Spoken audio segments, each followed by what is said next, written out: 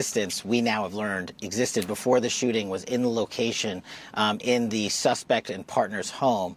But we have since learned that the note, even though it has been destroyed, we have found forensic evidence of the note, and we have confirmed what that note says because of our aggressive interview posture at the FBI. What's going on, everybody? Today, I'm going to talk about a few things. It's going to be pretty, I would say, light as far as the amount of work that I'm doing. I'm not going to get into a million different things, but I do want to just kind of have a overall take on what's going on. I've been patient for a few days, kind of intaking everything, looking at all the theories, looking at what the FBI and all the mainstream sources said.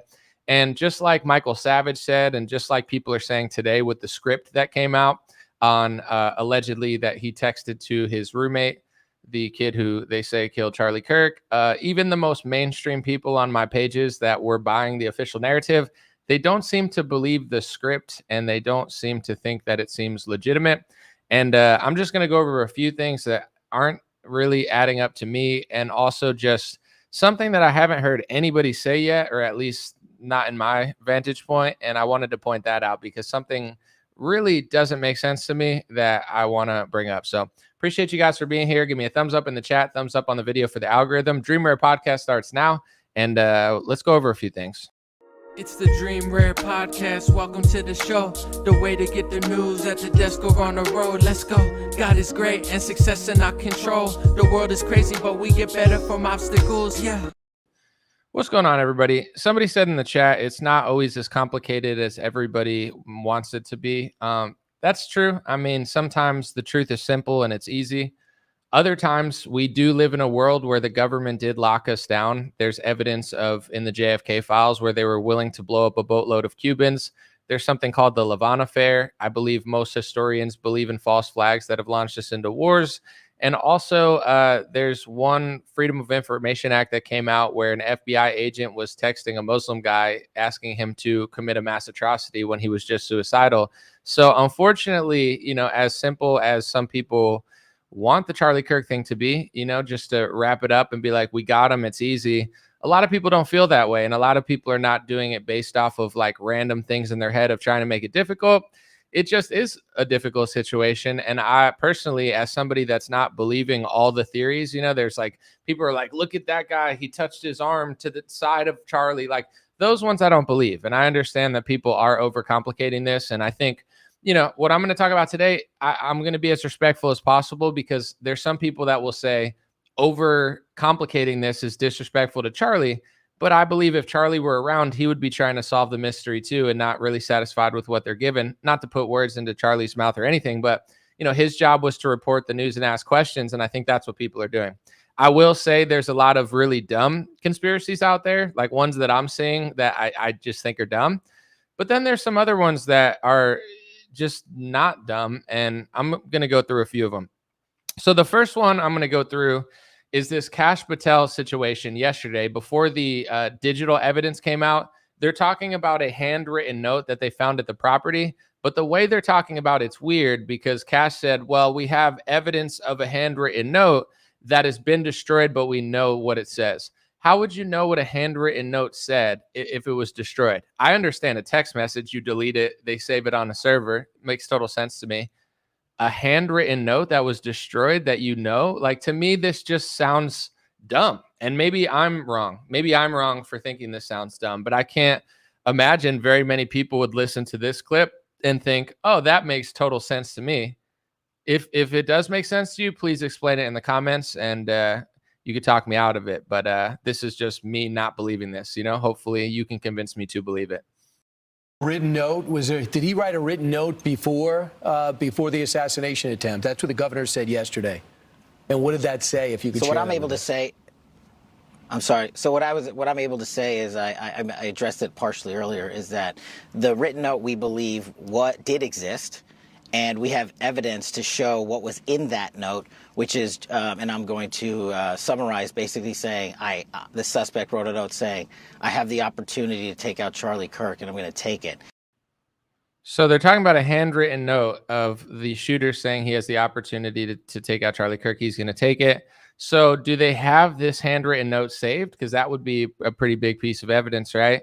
Apparently they don't. Apparently it was destroyed, yet somehow they have the proof that it existed without it existing currently. Please, please let me know in the comments if this makes sense to you.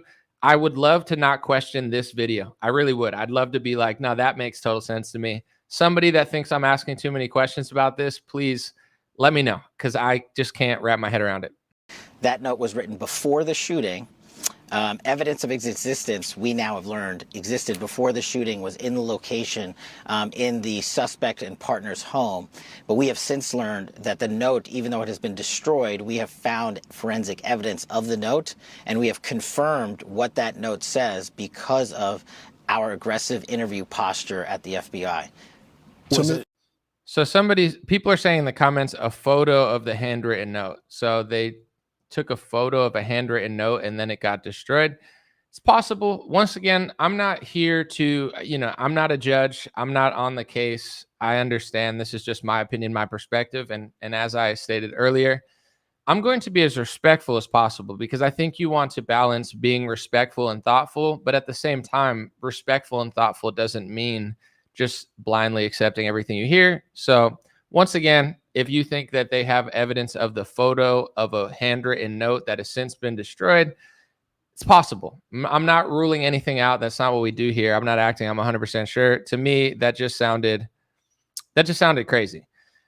Here's one thing that I want to bring up that I haven't seen anyone talk about recently, and it's, they don't have a video of the shooter in the act, right? There's no video or picture, anything of the shooter actually shooting Charlie Kirk.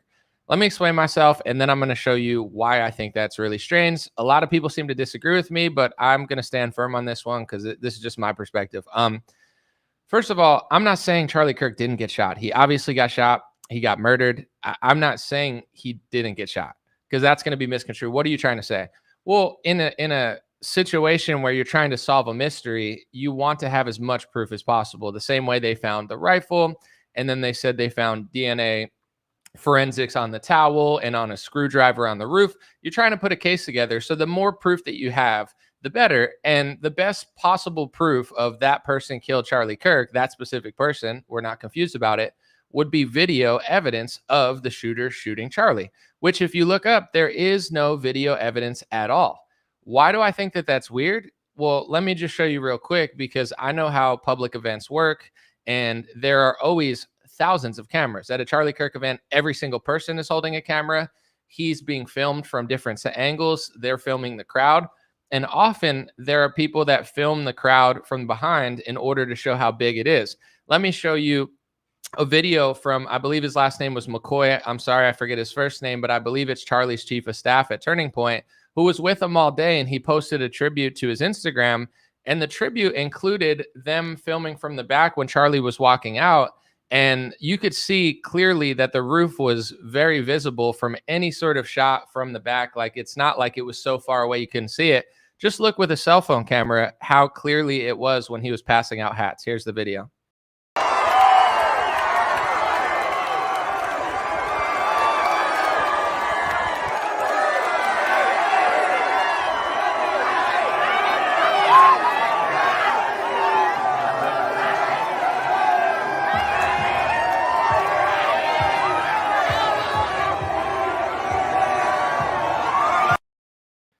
Now, if you look, I took a screen still. I don't know if it's the roof to the right or the roof to the left, because they both look eerily similar or very similar. But one of them, and I believe they said the corner, is where they think that Charlie was shot. That's just a cell phone camera of his friend walking in. Look how you could see it super clearly.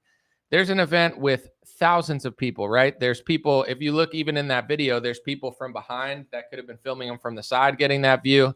Everybody's mentioning there was a camera behind Charlie Kirk that was facing outwards that somebody took down. I mean, that is a little bit sketchy, regardless of who it was or whatever. I mean, within, I don't know how many minutes of the shooting, there's videos of somebody going and taking the camera off of the tent, right? And I was supposed to upload it, but if you go to my Facebook page or any of my pages, my background banner is me, a friend, actually filming from behind at a big concert that I did.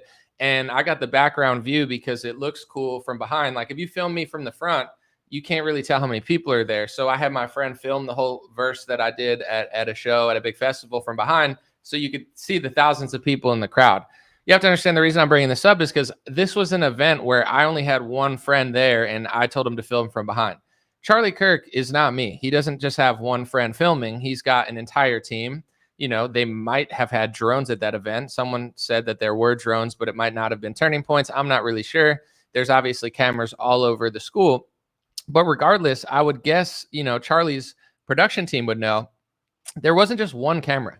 They probably had multiple cameras from almost every angle. And on top of that, you had thousands of people there filming from every single angle. Some people are filming Charlie left to right. Some are filming right to left. Some people had bad seats and they were kind of filming them almost from behind. I'm sure there was someone there to capture the crowd size. So what I'm saying is, and I don't know, you know, why this is so controversial. Like, so many people are like, how could you expect them to get a shot from, why would they be filming Charlie Kirk from behind? Why wouldn't they? I don't understand. At an event with thousands of people, thousands of cell phone cameras out, not everybody had a front seat. Some people were literally, when you look at that video, when he walks in, there's people literally filming from the angle. If they were trying to film Charlie, they would have had the roof in the background, as you know, to increase the evidence, to make sure that this is an open shut case. Having video footage of the shooter in the act of shooting would really be like a huge asset to, you know, the people trying to close this case. That would be the smoking gun, literally, the video footage of him shooting. So and maybe this doesn't make sense to some, but for me, that has performed at events, that knows how Charlie Kirk has the best production team in the world, dozens of cameras, probably all his friends there, everybody just filming from every angle. Not a single person got the shooter in the act. Maybe it exists and they haven't showed us. Maybe it doesn't, you know, but when I bring that up, a lot of people that I've talked to said, no, you know, it makes sense that they didn't get the video footage of the shooter. It does to you? That's fine. You know, everybody has their own opinion. Why does that make sense? Well, because they were all filming that way. A lot of people were filming that way, but I want to just play the clip again of him walking in. Look how easy it would have been able, maybe not to see the whole face of the shooter, but to see the shooter. I'm going to show you walking in again, and just look where everybody was lined up. There was not just people in front of Charlie. There were people at every angle because it was a massive event. Look at how easy it would be for if just one single camera, one single cell phone, one single, that maybe that camera they took down off of the, you know, off of the tent, any security camera, any camera anywhere at an event with thousands of cameras, not one of them got this angle. It's not like the roof was a million miles away and it doesn't come up in pictures. When Charlie walks in and someone takes just a basic cell phone camera of him, it's so wildly clear, like the over, you know, the garage that they say he was shot at. I mean, it's wildly visible if anyone even remotely kind of got that angle. And look where everyone's standing to the side if they were going to maybe, you know, take a video of the crowd or whatever.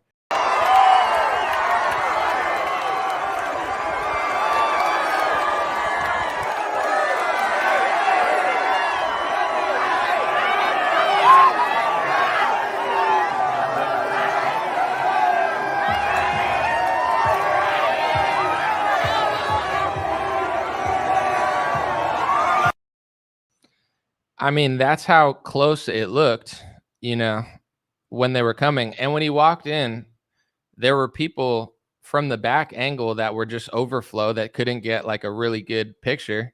I mean, or a seat so they could be in the front. They literally had that angle if they were going to film Charlie. Someone has to have that footage. In the comment section on Facebook, God bless the boomers over there, but someone's saying no shame. I'm doing this as respectfully and kindly as possible. I would do this in any situation. Just this is the reality of how I see it. I don't believe that not a single person got the footage of the shooter. And if you really want to have an open shut case against a shooter, you have to have video of him shooting. Not necessarily, but it's just kind of crazy to me at that specific event, considering how close the roof kind of was and how center it was for anybody at that angle. I personally just don't believe that no one has that on camera. I'm not saying for those. Someone said you don't think he ducked. Well, I'm sure he ducked after he did it, but in order to get the shot, I would assume that he had to be in a visible view on the roof. Don't you think so? You know, once again, I didn't, when like this is just the way my mind works. I never thought that me saying this would even be that hard for people to debate. Like I figured people would be like, no, that makes sense. But a lot of people disagree, and that's okay. I'm not the be all end all, but I didn't even think that was a controversial statement. Like to get the video footage of the shooter would be a massive asset in this case. Like it would be like the most, this gun, that we found this, we found that. We have video of him shooting. Like that is a huge piece of evidence that they don't have at an event with thousands of cameras, probably dozens of cameras on Charlie's team, cameras from behind, cameras from the side, people standing to the side, facing the roof, looking at Charlie. Nobody had video. No one has footage of that. Nobody's interested in trying to find it. I don't even understand how like people don't get that. But like I said, as somebody that has like been at way cheaper events with way worse cameras, I have video footage of myself performing from behind with one helper, not an event with thousands of people filming the way they are Charlie Kirk, and not an event where I have hundreds of or dozens of cameras like Charlie's team has. Charlie does I would say he's the best. His team does the best production in all of politics, let alone Republican politics. I mean, he's probably on the level like above like Trump's team. Like Turning Point does incredible events that Trump performs at, and they're probably the most produced events that Trump performs at. So this idea that they don't have cameras from every angle all the time, getting them from walking out, getting them from there. I just showed you the video. It doesn't make sense to me. I think somebody has the video footage of the shooter, and I think that they should figure that out. That's just my opinion. It doesn't mean I think the guy's innocent. It doesn't mean I don't think they have enough. I just think that that's a huge piece that's missing. I can't even believe people don't understand what I'm saying. With that being said, the text message thing, even on I use my Facebook page because I have a Facebook, I have a Twitter, I have an Instagram, I have a YouTube. There's a different crowd on every social media, right? On YouTube, people who there's the same couple people that just like say the same things on YouTube. No offense to everybody. I appreciate all my audience, but YouTube, it's like people asking the same 3 questions. They're in a different mindset. Twitter, it's a lot edgier. X is like, everybody's saying everything. Like people are allowed to be edgy. And since it was held back for a while, X really does seem like the free speech domain where everybody's just like, saying what they really think. Instagram, I would say, is a mixture, but I would say that Instagram is really progressing to become like X, and things that used to be covered up and unpopular years ago, now even Instagram reminds me of a younger generation that is not like the boomers. And I'm not saying this to be disrespectful. This is just my opinion about all my social medias. My Facebook page, which is one of my biggest pages, is a lot of over 40, over 50 crowd, and they're in a totally different headspace than the younger Republican. I like things about boomers. I like things about younger, there's pros and cons to every generation. But as somebody that reaches hundreds of millions of people on Facebook a month, I reach probably tens of millions of people on Twitter, Instagram, etc. I see it all, and it's a different crowd. The reason I'm bringing this up is not to sit and bash one of my crowds or the other. It's to say that my Facebook crowd usually would follow certain narratives more and would just not want to talk about certain things, especially around a Charlie Kirk situation. And when I posted this transcript of what the shooter texted his roommate, not only did X and Instagram not believe it, but even my Facebook page, which is usually, I'm not, a little more pro-Trump, a little more simple in their thought process on everything. They don't like to really question narratives as much as everybody else, but they do, if it presents itself as left versus right. So even most of I would say like 90% of the comments I was seeing on Facebook were people being like, I don't believe that transcript. It looks like somebody just wrote it to pretend like it was that. So there's something going on. Like even the most trusting of the Trump administration and maybe his FBI, they're not buying this transcript. And the reason is, I could read a little bit of it. The reason is it just sounds like somebody who just said everything they did in order to be like, yeah, this is what I did. I threw the rifle there. I did this. I did that. It just seems like, a lot of people were saying, I will say, that it sounds like almost a cop went back and just wrote every piece of evidence there. And I'm not saying that that's what happened. It's just, if you look at social media now, a majority of right-wingers do not believe this script for whatever reason. I'm going to read a little bit of it to see, because I've kind of just glanced at it, but This is the script. The roommate said, "You weren't the one who did it, right?" Robinson said, "I am. I'm sorry." Roommate said, "I thought they caught the person." Robinson said, "No, they grabbed some crazy old dude. They interrogated someone in similar clothing. I had planned to grab my rifle from my drop point shortly after, but most of that side of town got locked down. It's quiet, almost enough to get out, but there's one vehicle lingering." Roommate, "Why?" Robinson, "Why did I do it?" Roommate, "Yeah." Robinson said, "I had enough of his hatred. Some hate can't be negotiated out. If I'm able to grab my rifle unseen, I will have left no evidence. Going to attempt to retrieve it again. Hopefully they have moved on. I haven't seen anything about them finding it." Roommate, "How long have you been planning this?" Robinson, "A bit over a week, I believe. I can get close to it, but there's a squad car parked right by it. I think they already swept that spot, but I don't want to chance it.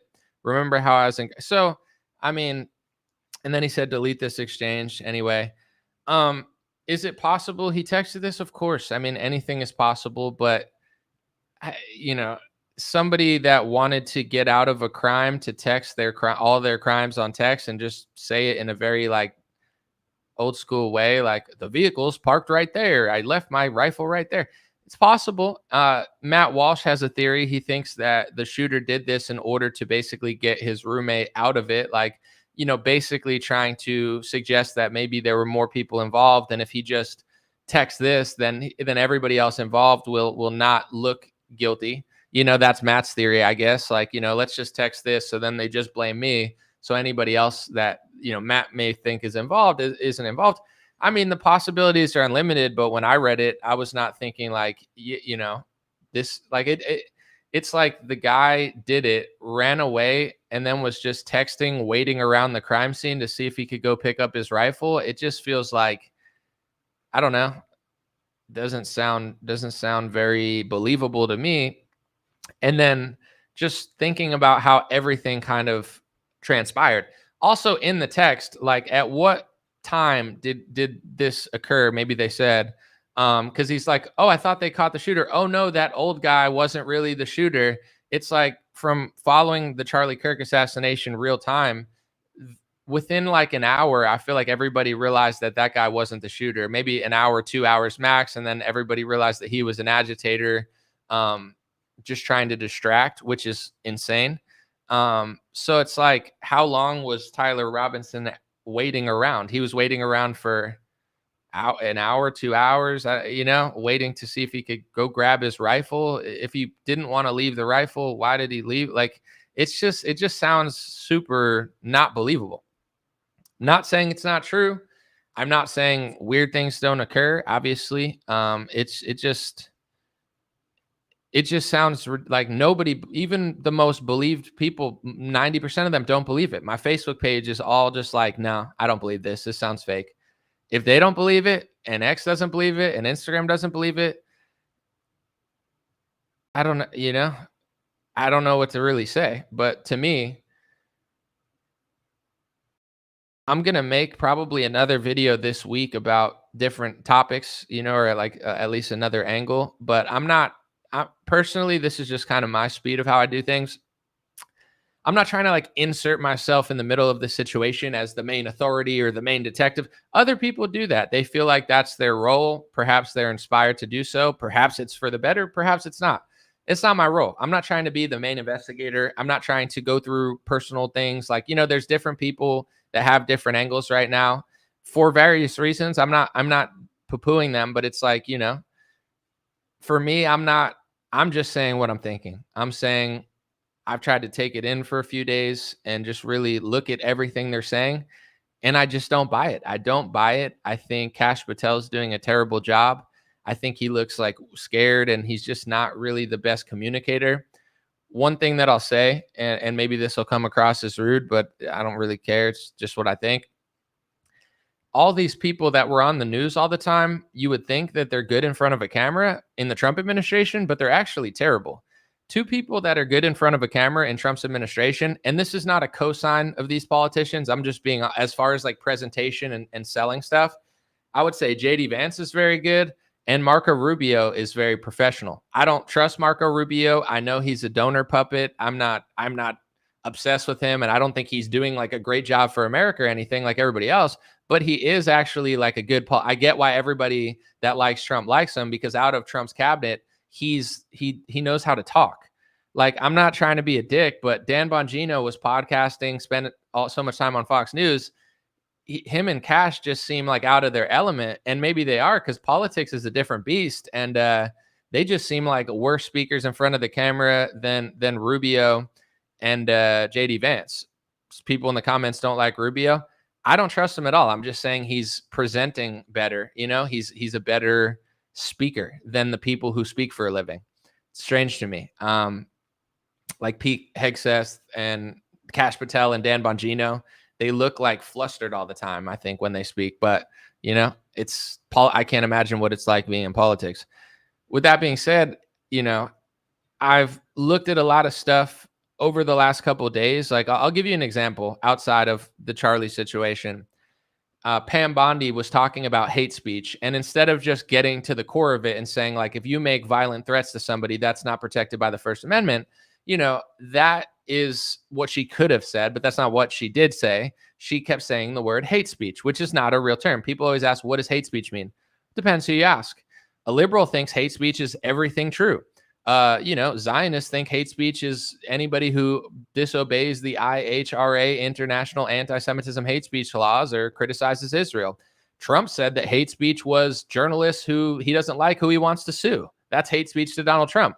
So that's why we don't use the term hate speech, because every person on every side can just make up, they could just say hate speech is whatever speech they hate to hear. So you don't, as the sitting attorney general, you're not supposed to use that term willy-nilly. You should just speak directly and say, this speech is not legal because it's a threat. Don't use the term hate speech. But she did. And here's the difference, I guess, between me and a lot of people that actually trust Trump. I don't trust Trump. I don't trust his administration. I don't, you know, it's not that I hate him. It's not that I think, like, I don't think Kamala was good. I think Trump is the better option, but I don't trust Trump. I haven't trusted Trump for years. Even though I voted for Trump, it confuses people because then I say I don't trust him. I didn't trust him when I voted for him. It's a strategic vote that didn't matter anyway, you know, to close the border and a few other things. But with all that said, when people trust Trump, they look at something like, I'll give you an example of Matt Walsh, right? Who I don't dislike Matt Walsh. You know, he's allowed to disagree and agree. I think he's an interesting figure. But anyway, Matt Walsh comes out and he basically tweets this thing and he says, Pam Bondi is terrible because she's messing up two things. That, you know, I'm paraphrasing, but Matt Walsh tweeted, here's two things that she really flopped on: the hate speech thing and the Epstein files. Here's the difference between me and Matt Walsh. And this is no disrespect. I feel like me and Matt would probably get along. I've never met him, though.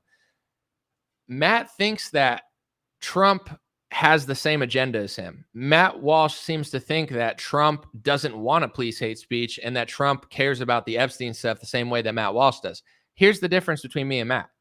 I think Pam Bondi is doing good for what she's supposed to do, but I don't think she was elected to release the Epstein files, and I don't think she was elected to not police hate speech. In fact, I've done enough research and I have enough evidence that I believe she was basically chosen to replace Matt Gaetz for two reasons. I'm not saying these are the only two reasons, but she would police hate speech that Matt Gaetz would not, and she already had experience not looking into the Epstein files. There was the same way that the Epstein thing happened before Pam Bondi got to Attorney General and now it falls in her hands.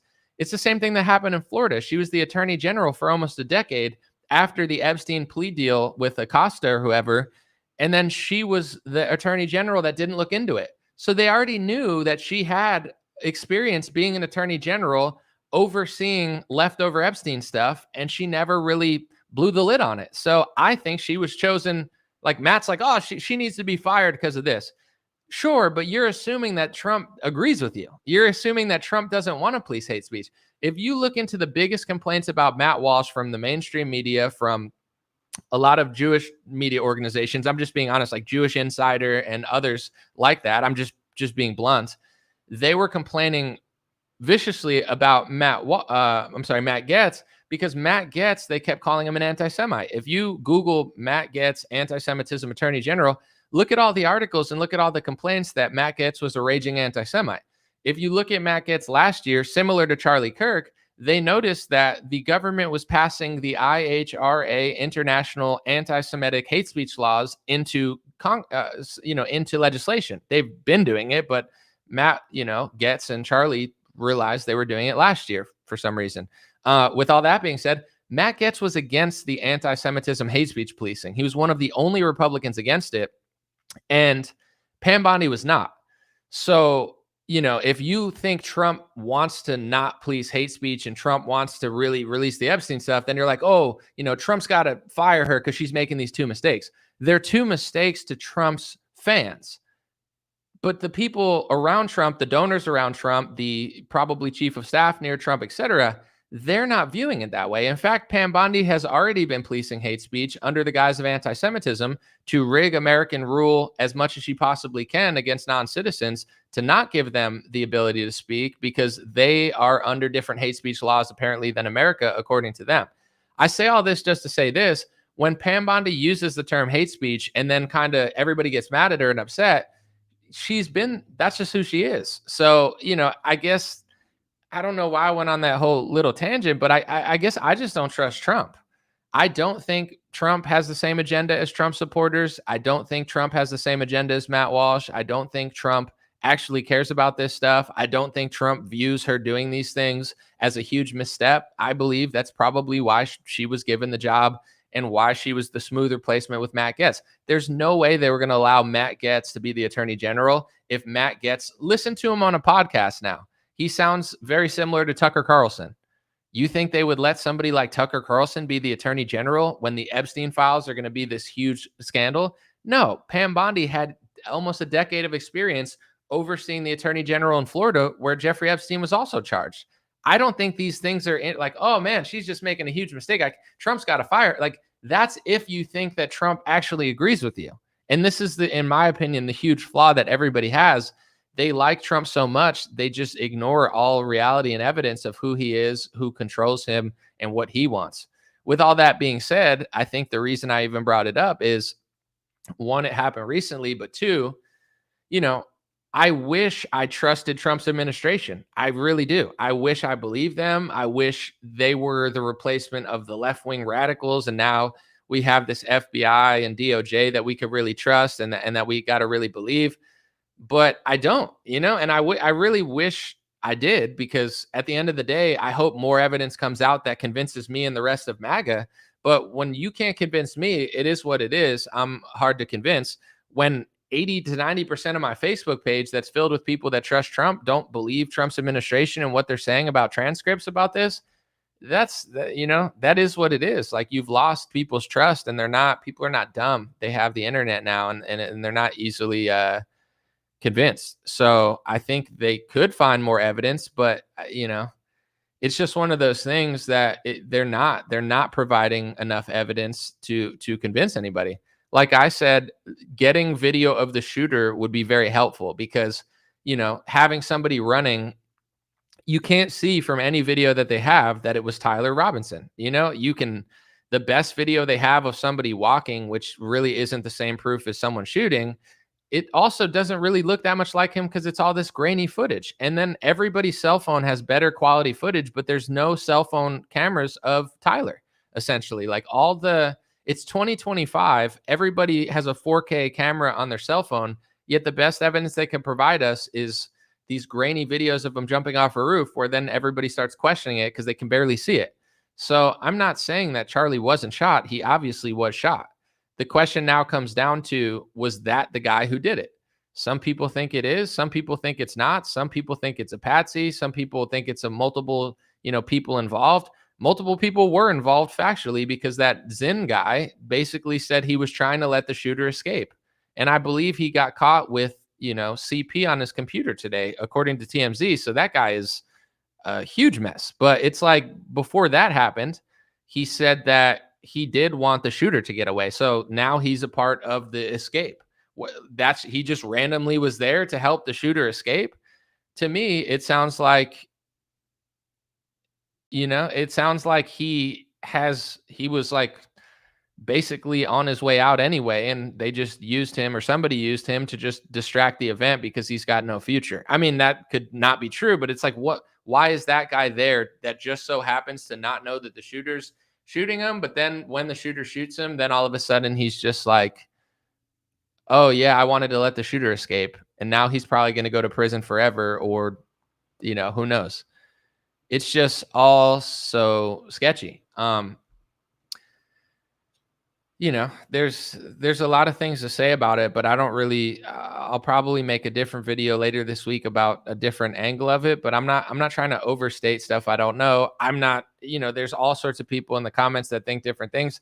Think what you want. God gave you a brain. God gave you discernment. I'm not claiming to be the be all end all. I don't want to be the be all end all. I'm not an investigator. I'm not trying to, this is just my interpretation as a person looking at all the information.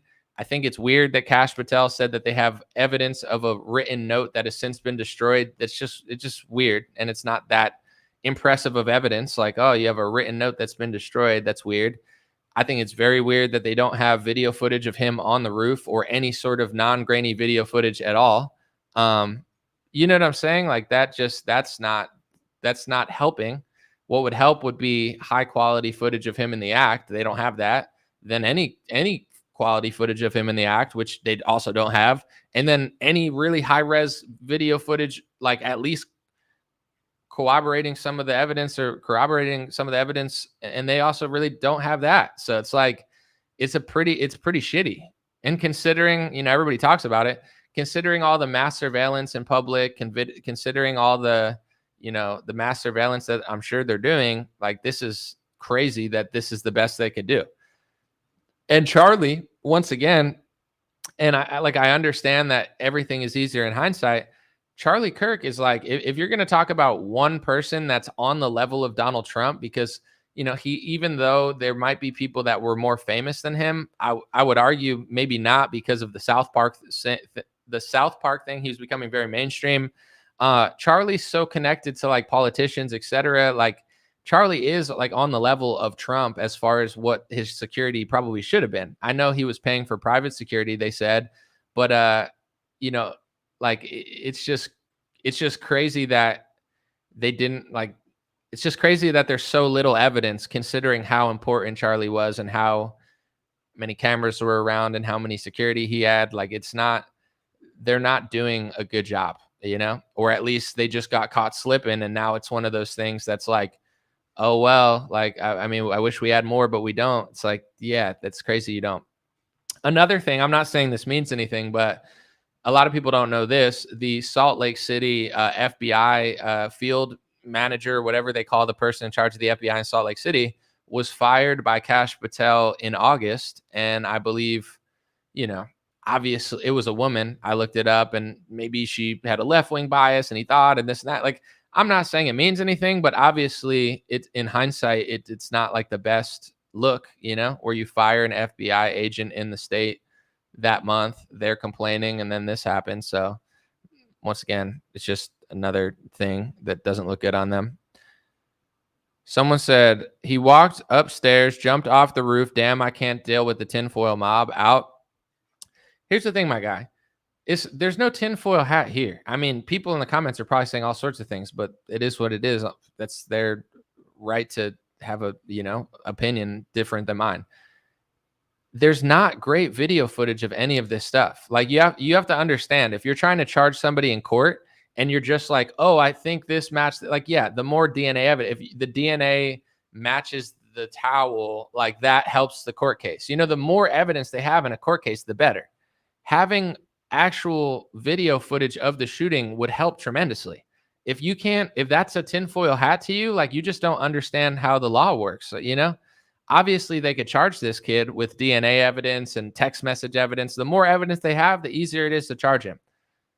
But if me saying that at an event with thousands of cameras, dozens of cameras from Turning Point facing all sorts of ways, people from the back, that had an angle, I'm sure, of the shooter, the fact that there's no video footage of that, like, if that bothers you, I don't know what to tell you, dude. Like, it's like you're just raging at the thought of thinking about anything, because there's way crazier questions being asked by every sort of angle. I'm not even doing that here. I'm talking about the ones that I thought. I've seen ones on Instagram where, you could consider it a little more tinfoil hat. They're like, look, this guy touched his shirt to the side. I think he shot him out of his sleeve. Like, I don't believe that one, but some people do. To me, that sounds not believable.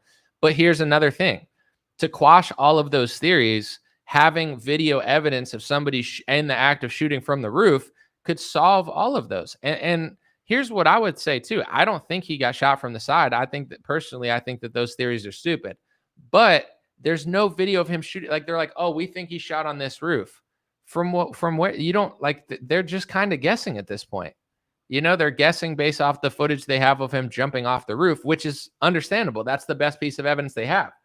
But it's not that great as far as what it could be. If you have video of him doing it, you can quash all of the theories of he did it from this angle or this angle or that angle. Right now, they're just guessing the angles. They don't even really know the angle. I mean, they can base off even the bullet. Like, there's been no report of a bullet being found. I'm not saying that it necessarily came out of Charlie. Some people think it would have. Some people think it would have been lodged in. But from my knowledge, in the last I researched yesterday, nobody had said anything about a bullet being found at the scene, and nobody had said anything about a bullet being inside Charlie.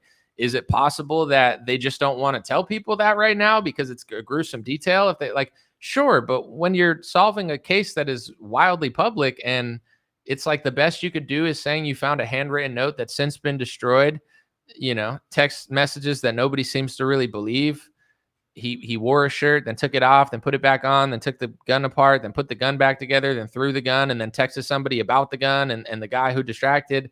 It's not convincing a lot of people, and maybe they don't want to. Maybe you never, in this day and age, you never will convince everybody because everybody has their own opinion, and people don't trust the media anymore. People don't trust government. And I would say even the craziest theories, although I think some of them are just weird and wrong, it's more like the media and the government has lost people's trust. At what point, like, do they take accountability? Like, mainstream media has no credibility. The government, people, even though it's Trump there, people still don't trust it. Kash Patel, I just don't think is doing that great of a job. I'm sure it's a difficult job and no one could do a perfect one at that, but I'm not impressed by it. And most people aren't either. So, at what point do they recapture and reclaim trust? And one reason people don't trust them too, besides the fact that they lied to us during lockdowns, the fact that both parties were in on it, and it's this left and right false paradigm constantly. We're living through multiple wars right now in different countries, and a lot of people believe that they're being lied to about those wars in real time. So it's like, there's videos of Mike Pompeo saying that when he went to West Point or whatever, the motto is like, don't lie, don't do this, don't do that. And then he said when he got to the CIA, the motto is the opposite. Like, they do lie, they do steal, they do all those things. That's what Mike Pompeo said on a stage. So when your agency is essentially like saying, we lie, and then it's like, trust us, even though, the guy who directed us for years just told you, like, it's hard. I get that, I get that agencies have things to do and they got to play all these weird games, I guess. But like, how in the world could you possibly believe anybody to trust you after you're on stage telling people that we lie, And then I believe it was like John Solomon or something on Fox News. He's like, there's foreign intelligence. And it's like, you need foreign intelligence for an assassination in Utah? First of all, why would you need foreign intelligence for an assassination in the United States of America that we pay taxpayer money every year in order to fund the military, in order to fund the agencies and all these things? You need help from another which other country? Which other country are you getting intelligence from? And here's the thing. Our intelligence communities admit they lie to advance their agendas on television. So now we're going to trust a foreign intelligence like they wouldn't lie to us for their agenda? I mean, and I don't know where John Solomon was getting this from, because to be honest, I don't even follow the guy, but I know he's somewhat credible in that world. Like, it's a clown show. And I hate to ruffle the wrong feathers of people that like Trump more than I do. Trump is like the king clown of the clown show. I saw a video of him today talking about the Venezuela boat thing. And he said, I bet the fishing industry is down because fishermen are probably afraid of going fishing near Venezuela because, they might get blown up or something because we might think that they have drugs in it. I'm paraphrasing, but Trump basically said the fishing industry is down because if I were a fisherman, I'd be afraid too that, I might get shot, just like out of by mistake. That like event. I'm wrong paraphrasing, but that's pretty much what Trump said. I understand why fishing's down and fishermen don't want to go fish right now. Trump has been on television telling people that he's only shooting drug boats coming to America. He's the president of the United States. This isn't a joke. I think Trump is funny sometimes, but like, I also think he's an idiot. Here's a message that you could say if you actually believed what you were telling everybody, that you were only shooting these drug boats coming to America. You could say, if you're a fisherman, have no fear. You have nothing to fear because we're only shooting drug boats that we're 100% sure are bringing drugs to America. So if you're a fisherman not bringing drugs to America, why would you have to be afraid? Trump is telling on himself like he always does, which is why he, even though I don't trust him, he's one of the better politicians because he's just not smart or smooth enough to like just lie all the time. He lies a lot, but then he'll just like laugh and tell the truth. He's telling you, like, why would his message be to Venezuelan fishermen, like, be careful out there, you might get hit by a mistake? I already told people why they're doing it. And I'm not trying to like act like I know everything, but this I feel very confident on just based on the reality. 92% or more of the drugs are not coming from Venezuela. They're coming from Mexico. They're coming from Colombia. They're coming from all over the place. Why is he only shooting Venezuelan boats? Because Venezuelan's leader is against America and Israel, and they work with Russia, China, and Iran in this World War III that people don't even know is going on. And I don't care about Venezuela. I'm just being realistic. It has nothing to do with the drugs. It has everything to do with them working with China, Russia, and Iran. If Colombia was working with China, Russia, and Iran, their boats would be getting shot. And Trump would be joking about their fishermen being worried to fish. That's the reality of the situation. I'm not even trying to argue with people, but in my opinion, anybody that thinks, oh, Trump's just shooting these boats because, they're bringing drugs to America, you're dumb. You're dumb. 6% or so of drugs are coming from Venezuela. Between Mexico and Colombia, it's like 10 times as many drugs, 8 times as many drugs. They're not getting blown up because they're not working with Iran, Russia, and China. And people could talk about their oil too. I mean, that's a huge part of it as well. They have massive oil wealth, and they're not cooperating with the United States of Israel or the United States of the Western EU, whatever. I talked to somebody today, just a Uber driver that was from the country of Georgia, and they told me that Georgia was going to join the EU, but they wanted to push like LGBT stuff to them in order to join. Like, that's what you have to join to join the liberal gay world order of America, Israel, and all our allies. You need to like pledge allegiance to homosexuality or something. I don't even follow the EU like that. That's just was like secondhand knowledge. It's like, that's what else do you have to do? Take a bunch of refugees and flood your country with like migrants that are nothing like you? It's like, that's our side of the equation. So, Venezuela, I've also heard, is horrible. The economy sucks. I've heard the leader sucks. So I don't care about him at all. It's just, I don't think they're shooting boats because of drugs. I think they're shooting boats because he's working with the other side. And with that being said, Trump joking about fishermen being nervous also just kind of proves that he has no faith in the explosions he's doing, that he's 100% positive. If he were, his message would be, you don't have to be worried. But once again, it's like people will say, oh, Trump's joking. It's not a joke.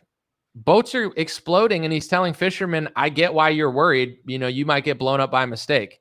He's the president of the United States. He's not an SNL cast member. Like, he's supposed to sit there and say, listen, I like comedy, but if I were the president of the United States and I were sure about something, I'd be like, listen, you have nothing to fear if you're not doing drugs. We're only exploding boats that we're 100% sure on. Trump's not doing that. He's literally the lead clown, and his entire administration are a bunch of goofballs.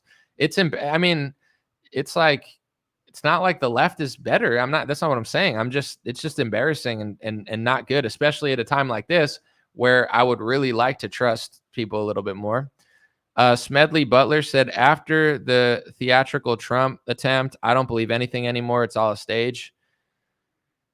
I mean, I get it. I understand why you'd feel that way. I get why people would not believe it and why people would believe it. Like, I'm not going to sit and act like I can't fathom why you would say that. I get it. And then other people that get mad and say, how could you not believe that? I also get that. I don't know about that one, but with the Charlie one, to me, it just feels like the timing, I mean, anytime that happens is crazy, but the timing of it's crazy. The way everyone's acting is crazy. And everyone is now trying to act like Charlie was exactly like them in order to push their narrative. And, that may be like the next video that I make, just trying to let Charlie speak in his own words. Because unlike other people, I could be honest about it. Like, Charlie wasn't exactly like me. I wasn't the biggest fan of Charlie. And, in hindsight, I wish I would have known, I guess, what he was going through. And if you really want to go back and I was not very, to be honest, I was not very kind to Charlie, as far as like, I didn't agree with what he was doing. And I kind of feel bad about it now, like in hindsight. But I always told people this, and if you go back and you could find clips of it, I'm not asking people to do it, but anybody that watches my show regularly, I always told people, I said, Charlie is not just some random kid and he's not just a podcaster. I always told people Charlie's like a professional middleman, in the sense of he's between the donors. He's basically in the Trump administration, but he's also like, backing Tucker. So I told people after Turning Point how brave Charlie was and how cool it was that he let Tucker speak and say all that stuff. Because I already knew he was, like, before I even knew he was facing pressure, I knew he was facing pressure, because how could you not? Charlie Kirk runs the biggest youth organization in the world that has had a Zionist donor backing forever. And he's got Tucker Carlson and Megyn Kelly on a stage saying they think Epstein worked with Mossad. And Tucker's just like ripping into like Bill Ackman and Israel the whole time. Of course, Charlie was facing pressure. So, as much as I would say I mocked Charlie Kirk more than I wish I would have, knowing what I knew in hindsight, I guess I always knew that he was, he was like playing both sides, because he was stuck in the middle. And this is what I want to say now that everything is coming out and I'm seeing his most recent clips. And this is, I think, a fair thing to say without acting like Charlie was exactly like me, because he wasn't. There's people right now, like Matt Walsh is being reasonable, and he said, I'm calling for unity of everybody on the right. The left hates us. It's time to unite, or whatever, right? And a lot of people that are pro-Israel, not all of them, but a lot of Zionists, they're saying, Matt, I don't want to unite with Tucker Carlson. I don't want to unite with Tucker Carlson. I don't like those people. I don't like what they say about Israel. I'm never going to unite with them. Here's all I'll say. Charlie was essentially a middleman. Charlie was friends with rabbis. He was friends with pro-Israel people. He was pro-Israel his entire career. Charlie Kirk bent over backwards to defend and support Israel at the detriment of his own character at certain points. He was a great friend of Israel his entire career. Towards the last month and the last couple months of his career, this is just a fact, he was being way more thoughtful about the topic, because it was coming at a huge, like, everybody's waking up on that topic. So Charlie's just getting ratioed all the time on social media.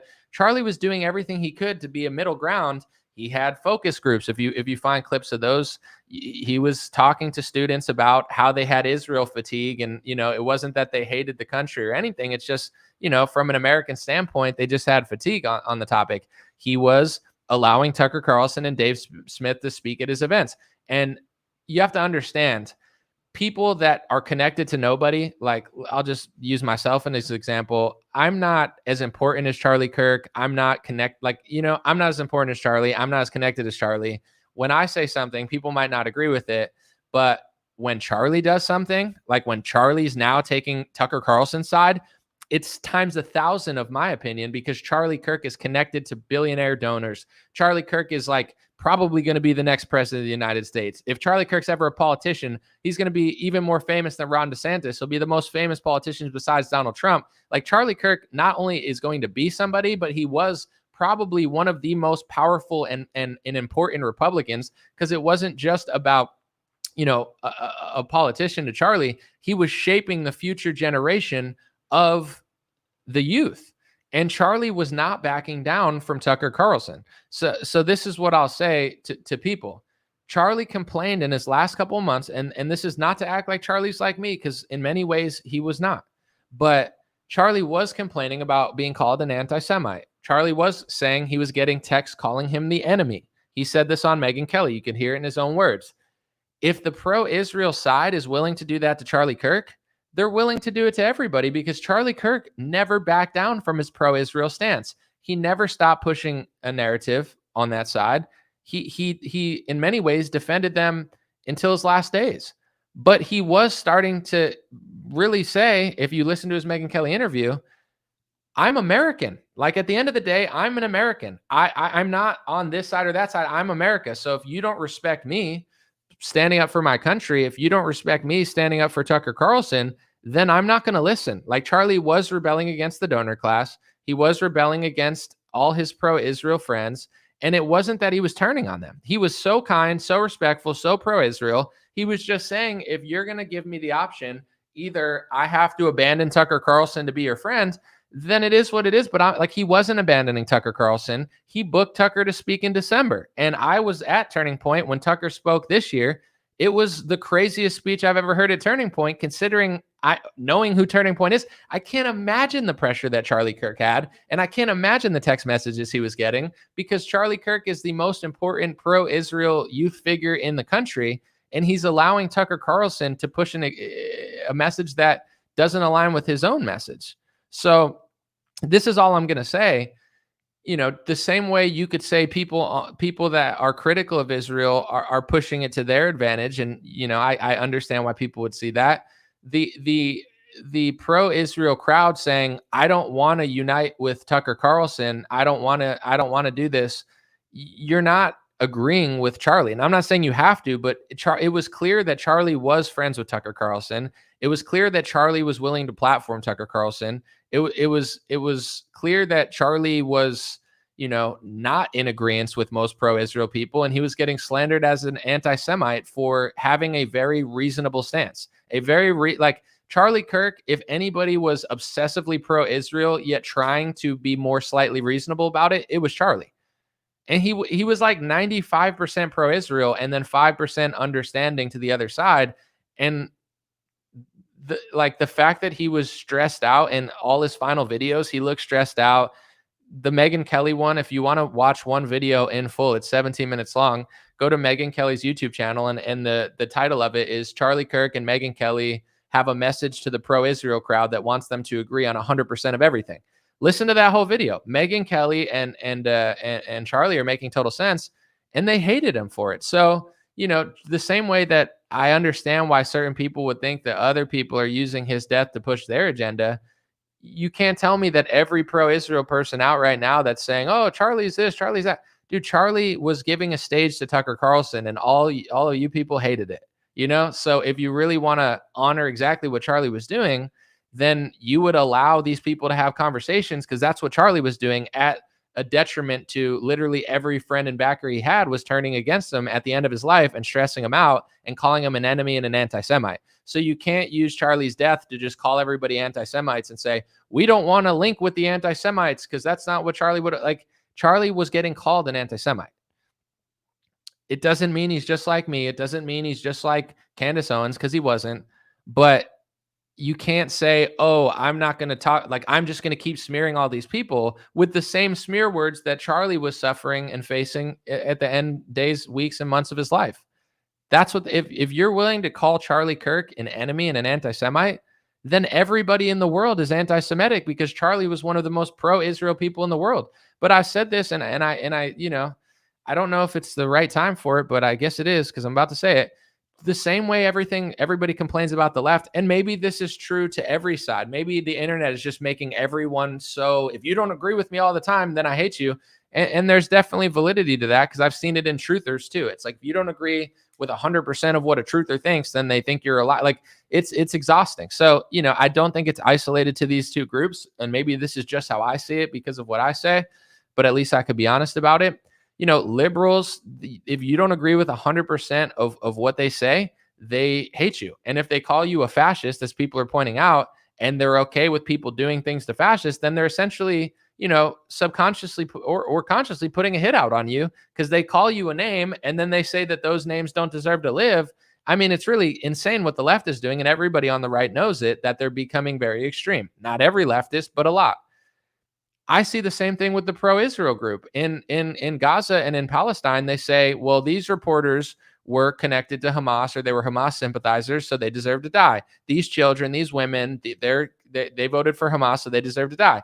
If you call Megyn Kelly a Hamas sympathizer, like she said she was getting text messages, and Charlie was getting text messages calling him the enemy, what does that mean? What do you think of them? If you're basically saying this means we get to do this to these people, if you start calling Meghan and Charlie that, what does that mean? It means the same thing that the left does, which is they're putting essentially a label on you that they then will justify your murder. I mean, and I'm not saying that these are the only two groups doing it, but I see a striking correlation between the two groups. Like, I don't think anybody's political opinion, even about war, like I'm de-escalating situations and being like, wars are really sick. It's sick what's going on in Israel and Ukraine, and it's getting, but for other people, they don't see it that way. They're like, I'm fine with tens of thousands of civilians getting slaughtered because they have this ideology.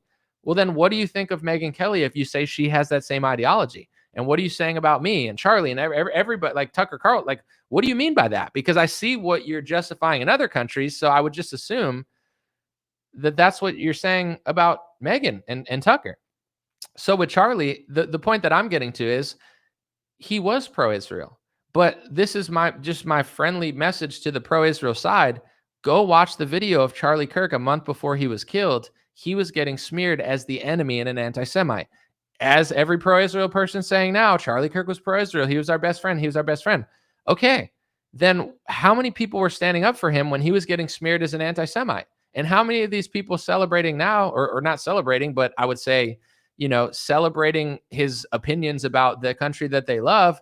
What were you saying a month or two ago? Were you saying he was getting too extreme? Were you saying he wasn't supposed to support Tucker? And I'm not saying I agreed with everything Charlie Kirk was doing. I'm just saying, like, to me, it was bothering me that Charlie Kirk seemed to favor Israel over America to the point where he was like 99% in the bag for Israel. And I feel bad about it because Charlie was clearly suffering a lot. And he was a brave person that had a lot of fronts of things going on, including the left. But everybody knows that Charlie Kirk was incredibly pro-Israel.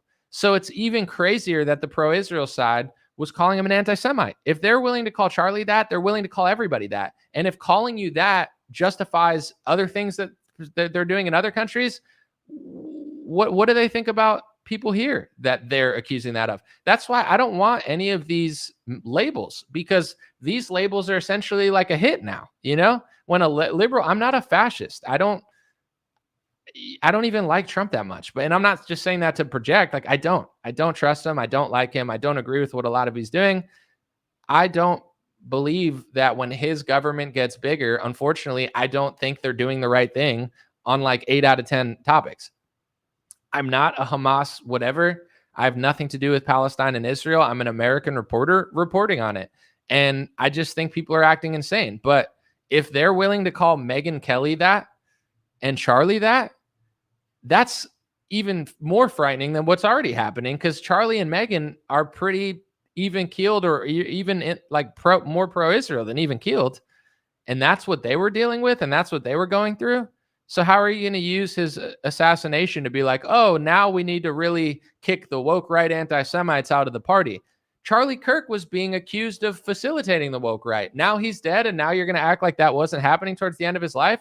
Who spoke at Turning Point this year? Tucker Carlson. Who was headlining the event in December? Tucker Carlson. Who was defending him? Charlie Kirk.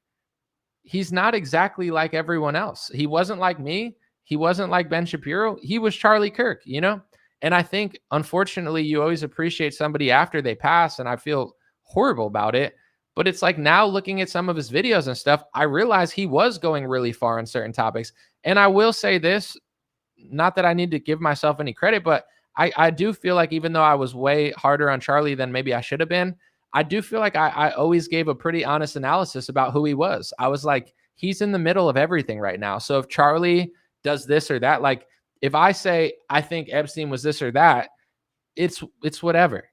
If Charlie says it, like, Charlie's not a small fry. Charlie has the entire youth looking up to him. So if Charlie starts talking about Epstein, it's way harder for him to do, because he's connected to the establishment. He's connected to the Republicans. He's connected to the donors. I mean, he's connected to Israel. Apparently Netanyahu, he wrote Netanyahu a letter. Netanyahu invited him to, like, Charlie doing that's on a way bigger scale. He's so in deep that I can't imagine what he was going through in order to defend Tucker Carlson. I can't imagine what it took for him to keep headlining Tucker and not back down. But this is the difference, I think, between Charlie and Ben and Charlie and a lot of people. And I always feel like I did say this to some extent. At the end of the day, Charlie was an American, a Christian.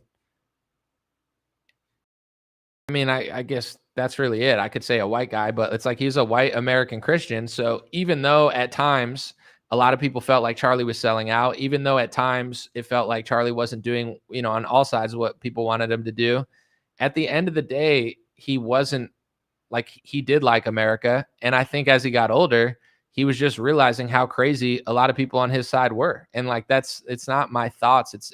There's evidence in the last couple months. It's what he was talking about a lot. So, he can't be replaced. He can't be replaced by Ben Shapiro. He's not Alex Jones. I'm not going to replace him or even try to, but like people are like, we're going to do this and I'm not saying they're trying to, but they're like, we're going to send his memory on. How is Ben Shapiro going to push the memory of Charlie Kirk when Charlie Kirk, according to Tucker, went to the White House to tell Trump not to start a war with Iran? Ben thinks the exact opposite on that. Charlie Kirk was against the anti-Semitism hate speech laws.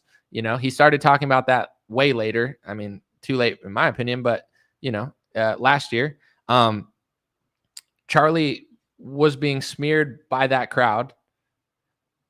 Mark Levin and Ben Shapiro made a video, and I'm not blaming them. I'm just saying this is the reality of it. They made a video like a week before Charlie's passing where they were saying like the right is, like they were talking about the right, and it sounded like they were talking about Charlie Kirk. They're like, they're platforming all these kooks and crazy people for the college students.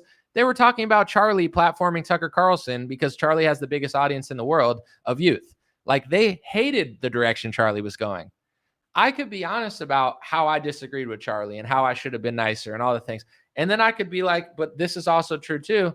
They're just, and I get why some people are annoyed at how it's being used and everyone's going to have a bias, but now they're going to act like they weren't just doing that 5 days ago. Go look at the video of like a week or two ago of Mark Levin and Ben Shapiro talking about, oh, there's people on college, bringing all these kooks and these fake right wingers that are so toxic. And, I don't want them a part of the movement, this and that. Who else is bringing people around college campuses that you don't like? Who does Mark Levin hate the most? Because Tucker also hates him. I'm not saying Mark's wrong. Like they both hate each other. It's Mark Levin and Tucker hate each other. So who's doing the college campus stuff? Charlie Kirk. Who's platforming Tucker Carlson? Charlie Kirk.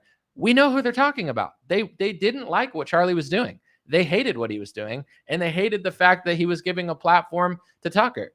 So if Ben Shapiro's going to do, pick up the bloodstained microphone or whatever, is he going to host Tucker Carlson the same way Charlie was going to at his events? Probably not. And he doesn't have to. But I'm just trying to be realistic about it. Charlie wasn't me. He wasn't these people. I'm willing to say where we disagreed and where we did agree. But for them, it's like they're just basically trying to say his memory is exactly what they are. And Charlie was not what they are. He was as connected as them and friends with them, but he was starting to rebel. And once again, I don't know Charlie that well, or really at all. I don't know. You know what I'm saying? Like, this is not my role.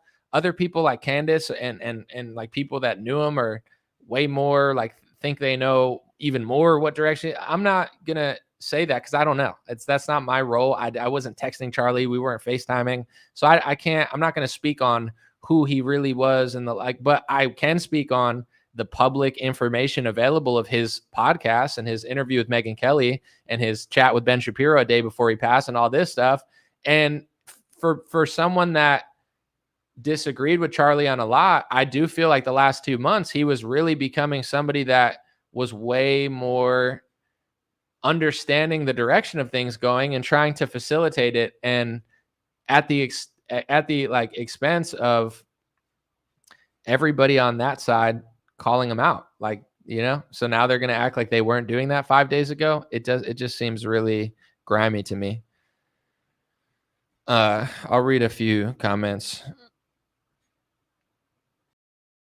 Someone said, translation, all your favorite Team America leaders and podcasts that are controlled ops. I mean, at this point, I understand why people don't trust anything. And I for me personally, being in this space somewhat for the last 10 years, I feel like I could pretty much tell who's who. But, you know, and I think if you watch podcasts and stuff, I think you should be able to kind of tell too. Not exactly maybe, but like everybody kind of makes it obvious of like who they are or like what they're pushing. So like if you ask me like Barry Weiss, Ben Shapiro, Charlie, Candace, like I kind of, you know, I can't predict the future, but it's like you can kind of tell what everyone's doing, you know, what direction they're going in, what their biases aren't. People are talking about Dave Smith. I'll say this, like I said, I want to make another video, but since I'm here, I'll just give my opinion on it. You know, I saw Dave come out, and here's where I agree and disagree with him, and I'm just going to be honest about it. He's telling people, you know, it wasn't this. I don't think it was this. Like, don't talk about this. And I get it. Some people are perhaps just saying too much and pretending like they know everything. But here's where I disagree with Dave, and this is my thing is like I like when people are honest and like I won't say playing all sides, but like willing to call a spade no matter what side. But when you act like you know more than you know, and you're telling people to not say this and this is why, then it becomes a little weird to me. And I like Dave, right? I don't care that we disagree on certain things or agree. Like he is who he is. I don't have anything bad to say about Dave.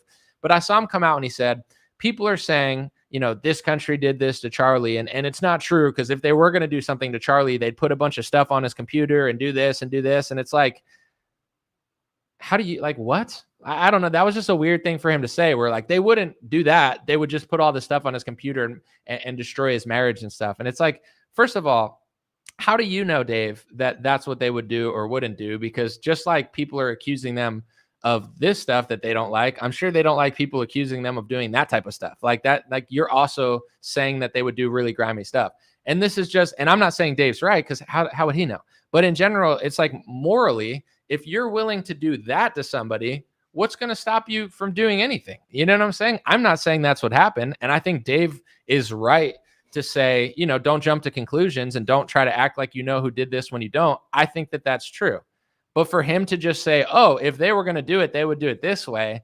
Like now you're pretending like you know the exact method of what they would do to somebody that they didn't want to talk about stuff.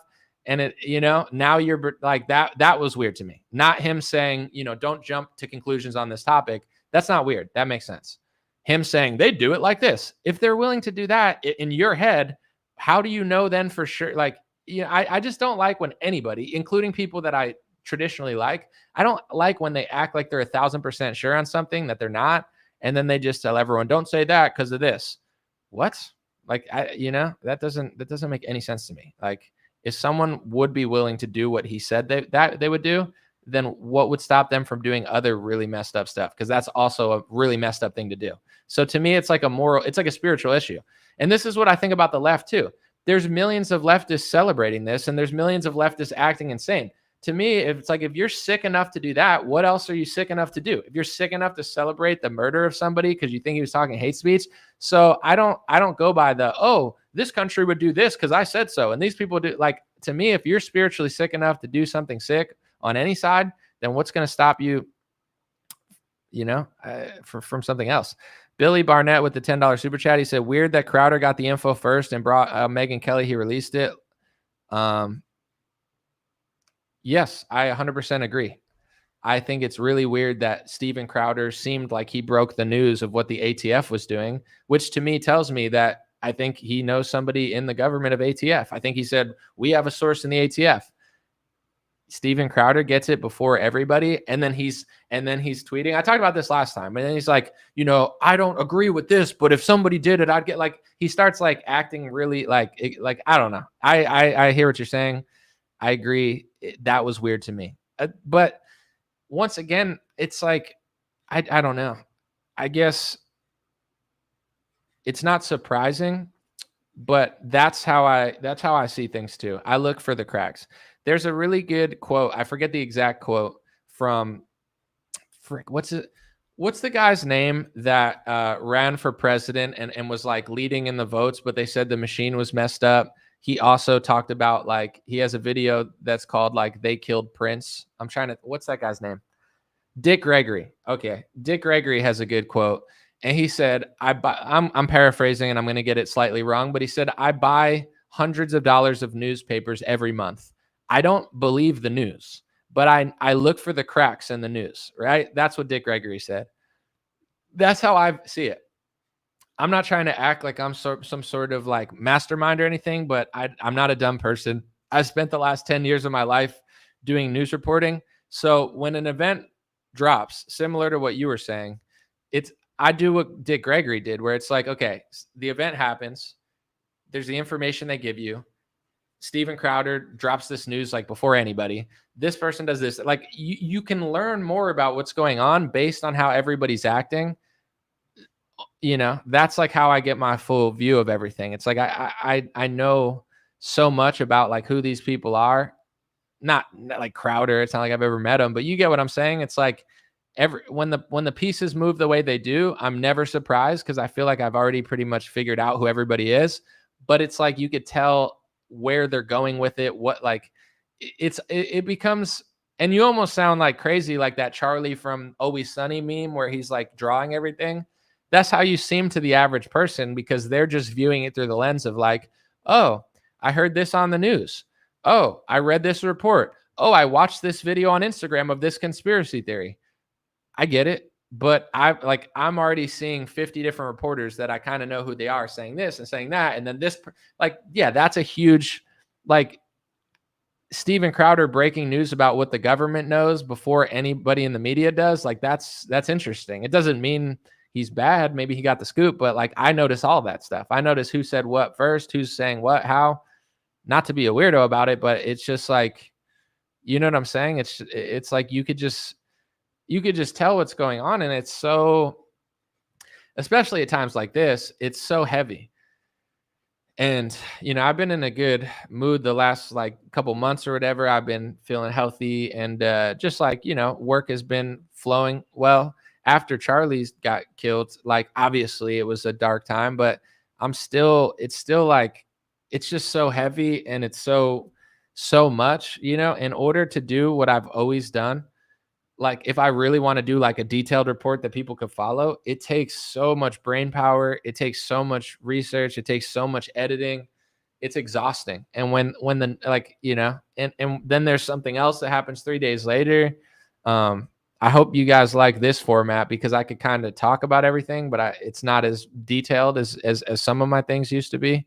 Someone said, notice how Trump went silent for weeks now. I mean, I want to play this clip too. And like, there's a possibility that Trump didn't hear the question, but I'm going to find it and upload it real quick. To me, like this doesn't sit right at all. And I know that, I know that everybody reacts in different ways, etc. Like, but I'm going to find the clip and I'm going to play it. Cause to me, like I posted this, it got like 5 million views on Twitter. Oh my gosh. But, I don't even like getting that many views anymore. It's like, it's not even worth it. But, listen to what Trump says when they asked him if he's mourning like Charlie's death. I just find his answer like very weird. But the thing is, Trump is weird. Like, and everyone's weird. I'm not like, weird could be a good thing if you're creative and Trump's interesting. But like, I just find like, to me, this is who Trump is. He's a nice guy. He's a thoughtful guy. He calls people. Like I've heard he's a great guy. He's a Gemini. So it's like, he's got two different kind of, he's got like two different modes. He could be the most thoughtful guy in the world, but then he could also be like the most selfish guy in the world. They ask him if he's mourning Charlie's, like how he's dealing with it. And he just starts talking about a ballroom. Like to me, this was kind of crazy. Let me know what you guys think.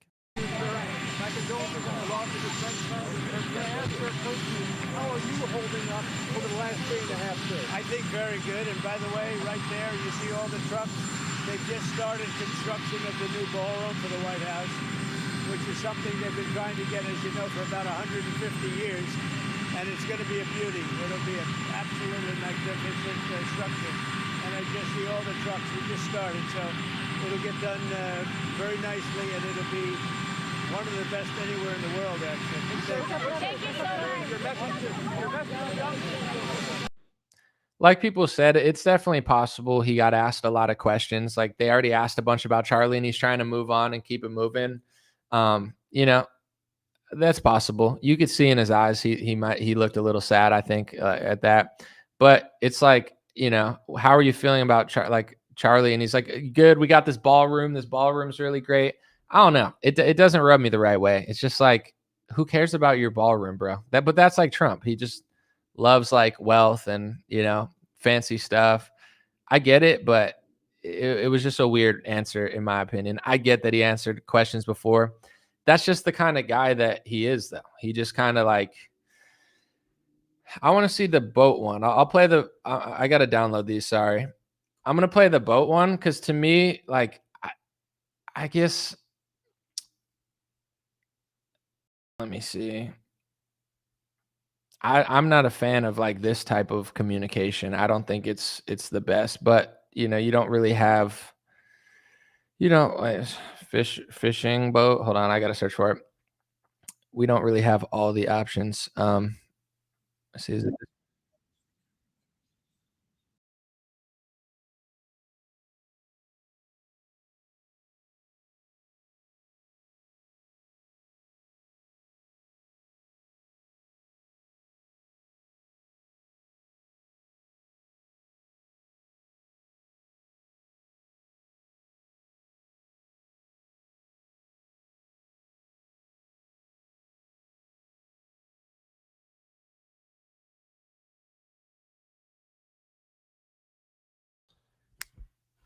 am I wrong to think like, why, if you're telling the public, right? I don't personally believe what Trump and his administration is saying about this, but let's just say you do, right? You're like, he's 100% sure it's a drug boat coming to America and he's blowing it up in international waters for that reason. I don't believe that. But if you do, and then he just says, the fishing industry is hurting because they don't want to go fishing right now because they might get blown up by a mistake. I get it. Why would the sitting president of the US say that? Like, he's just a weird guy to me.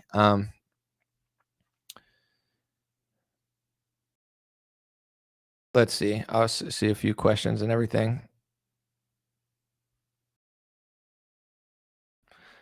Someone said the average person poops 830 pounds of poop in their lifetime. All right, bro. I don't think we needed to know that, but I guess I'll fill some time since I'm waiting. I know the chats are usually on like a little delay, like a 20-30 second delay. Let me know what you guys think in the comments. I'll read any super chats at the end, but also I'll just try to read any regular chats if you guys have any. I'm not going to stay too much longer. And perhaps later this week, I might try to put together some sort of video that is very, I would say, I don't want to give too much away, but I'm going to probably put out a video. It's not going to be that crazy or anything. I just want people to see stuff in Charlie's own words and just kind of see where he was at. And not that certain people are going to care, because I think if you're so far gone that, you don't want to listen to anybody, it's like a spiritual issue at that point. There's nothing that's going to convince you. But I think, there's something that I'm inspired to do as far as like putting together somewhat of a compilation video or just report of some sort, and it, like, outside of just like the murder mystery, because that was today. Billy said with the super chat, the Holy Spirit helps us notice the same things. That's why you're my main man. When I want to get a scoop, I go to you or Pastor Steven Anderson. Bro, Steven Anderson is a wild boy. I've seen him, one of the funniest clips, and by funny I mean hate speech and no one should ever listen to it, aka depends what your humor is. But Steven Anderson talking about Kamala Harris, he calls her a literal WHO. You can probably fill in the rest, but I don't know. Have you ever seen that clip of Steven Anderson? Dude, that's like just pure comedy in my opinion, but also, very hateful or whatever, but at the same time, also really funny. Him just going off about Kamala, like sleeping her way to the top. Let me know if you've ever seen that clip. It's pretty wild. Someone said, just remember, Europe began to blame everything in blank to scapegoat the reality of circumstances. Here's what I'll say. I understand where you're coming from, and this is the most. I'm not gonna say the most important, but like this, if you're gonna listen to Charlie on that topic, listen to what Charlie said. Charlie spent his whole life defending Israel, defending Jewish people, apparently he was getting coached by rabbis for like Charlie was so embedded in Israel, Jewish culture, defending Jewish people, defending Israel, defending Judaism. Charlie Kirk was one of the biggest supporters of everything Jewish for a non-Jew. Charlie Kirk was. Yet he was being smeared as the enemy and an anti-Semite at the end of his career, and he was very nervous about that. I'm not suggesting anything. I'm just saying that that's the reality of the situation. So if you're concerned with anti-Semitism, at some point you have to think about, why does even the most pro-Israel person get smeared as an anti-Semite? Is it because that word has basically just been used to keep people in line to agree with 100% of whatever Israel wants to do or whatever the international agenda is? Like, there's a lot of historical, like similarities. Obviously, history repeats itself throughout time. So I understand where you're coming from, but like, at what point do people that are pro-Israel have self-awareness and self-accountability to realize that they're isolating the entire world? And even the most pro-Israel Christians, they're shoving in a corner and calling the enemy. Like, Charlie Kirk could not have bent over backwards further for Jewish culture in Israel. Yet in his final days, he was getting harassed by, subconsciously by Levin and Shapiro, were basically taking veiled, I don't want to use the word shots, but you got veiled comments about Charlie, saying like, "Oh, these college guys that are really like hosting these people that," it's like, we know. You mean Tucker Carlson, and Charlie won't turn his back on him. So, I get, like, if you want to see yourself as like the eternal victim all the time and say like everyone always does this, like, I can only speak for myself. But I've been smeared as an anti-Semite 1,000 times because I am an American citizen who prioritizes America over Israel. Charlie Kirk prioritized Israel on the same level as America his whole career and still got called an anti-Semite. Like, when are people going to stop harassing every single person on earth for speaking the truth about any topic? Like, and when Charlie's getting harassed and smeared as an anti-Semite, he was complaining that nobody had his back. Like, he was like, yes, some of my friends have my back, but for the most part, all the powerful organizations and donors and stakeholders and stuff, they're all coming down on me. And nobody was there to help Charlie. Nobody was there to have his back. So, like, he was, I'm sure a few people were, but it was like the majority of people weren't. So, at a certain point, like, there's always going to be people that are doing the most in every, left, right, this, that. But you have, like, to me, I don't have I'm going to read the super chat in a second. When it comes to Ukraine, Russia, Israel, Palestine, I'm an American, so I'm calling it as I see it. I don't have a bias towards one side or the other. To me, pro-Israel people are as crazy as leftists. They're insane. No matter how much you agree with them, they're always going to turn on you if your entire life isn't to, like, serve them. Charlie Kirk is the perfect example. He literally did as much as he possibly could. He risked everything for Israel and Jewish culture. And in his dying days, he was called an anti-Semite, and he was called the enemy by, in Charlie's words, a lot of people, a lot of text messages, a lot of people, a lot of donors, a lot of organizations. Does that not, like, do you get what I'm saying? Do you not realize that treating people that way is not right? Do you just want to treat everyone that way and then expect everyone to like it? Because Charlie did everything he could and still got treated that way. So that's all I'm going to say is, like, and Charlie was saying this exact same thing in the months before his passing. He was like, I'm trying so hard to help you guys. I'm trying so hard, but you got to let me have conversations. And he was still called an anti-Semite and an enemy. It's not a good way to treat people, and it doesn't make people like you. Getting loved sometimes, and the truth is about Earth, sometimes some people, like leftists, I think they're wrong about everything. So it's like, I don't know that I can please them. Maybe I can, maybe I can't. But if I can't, that is what it is. So it's like, you can't please everyone. But what you can do is be honest with yourself about the type of stuff you're doing and what you're putting out. And, that's for all of us. Mark with a super chat said, Candace talks about Charlie criticizing Israel in his last months. Check it out. I've seen it, but also, like I said, just if you want to honor Charlie, and you don't want hearsay, listen to Charlie talking. Listen to the interview of Charlie. I'm letting you know. You can 17 minutes of Charlie and Megyn Kelly talking. The title of it is Charlie Kirk and Megyn Kelly warn Israel supporters about her, I don't know, harassing people who aren't 100% on their side. I don't know the exact thing, but if you do 100% Israel, Charlie Kirk, Megyn Kelly, Israel supporters, you could find that video. Don't take my word for it. Don't take Candace's word for it. Don't take Tucker's word for it. Don't take Ben Shapiro's word for it. I don't care who. Go listen to Charlie in his own words. He was getting smeared. It's not even debatable.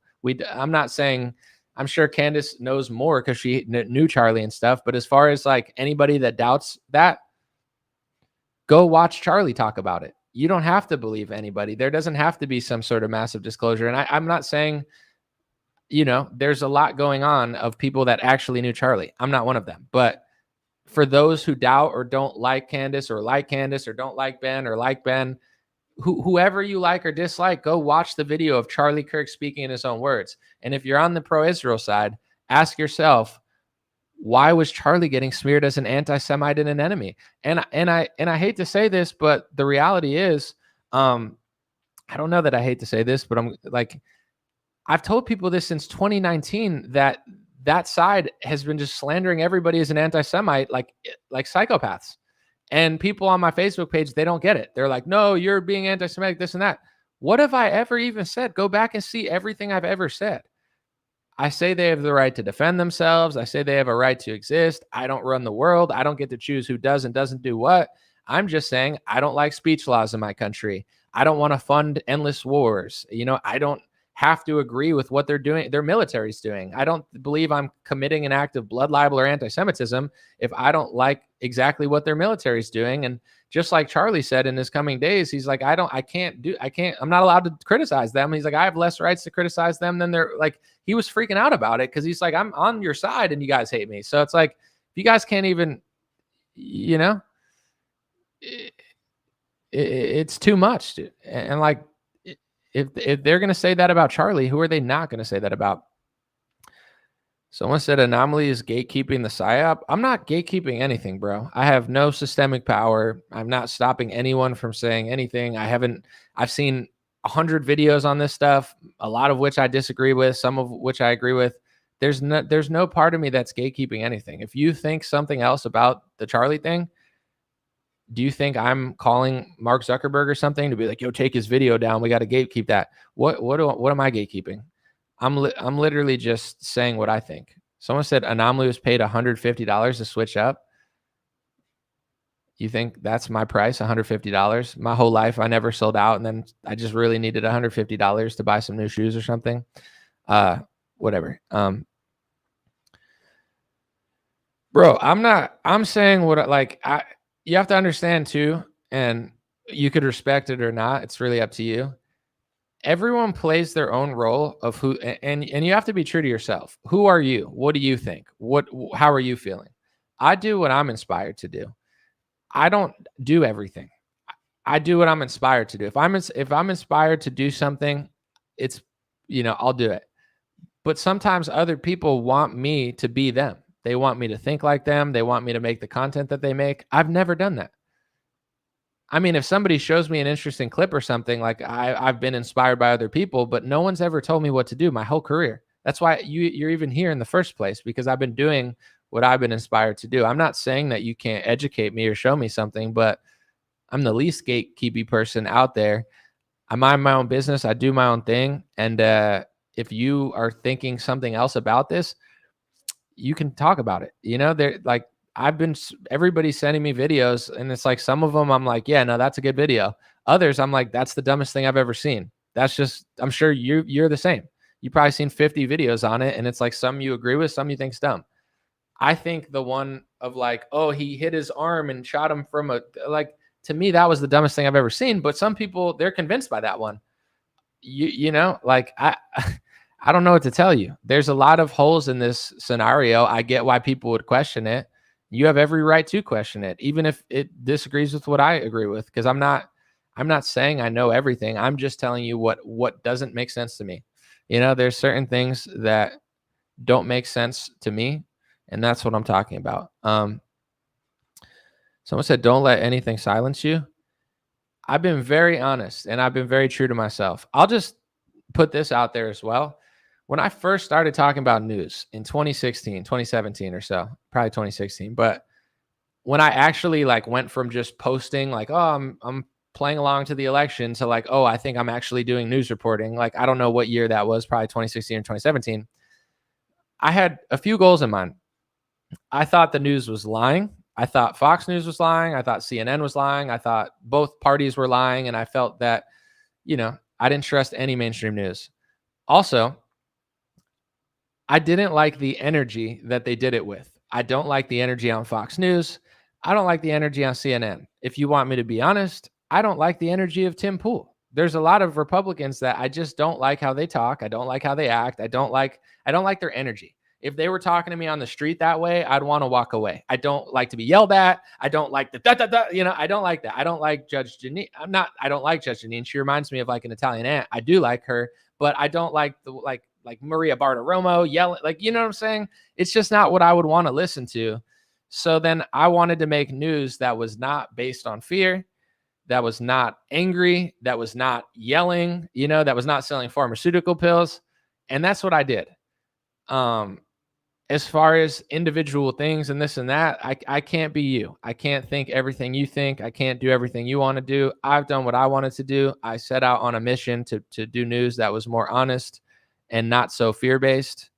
Someone said you sound like Alex Jones right now. Me and Alex sound nothing alike. We don't sound the same. We don't act the same. We don't, there's overlap in what we talk about because we're both news reporters and we're not like, I don't know, Alex covers a lot of stuff, but we're nothing alike. I mean, there's parallels, but I'm sure me and Jesse Waters cover the same topic sometimes, but I wouldn't say that we're like extraordinarily similar or anything.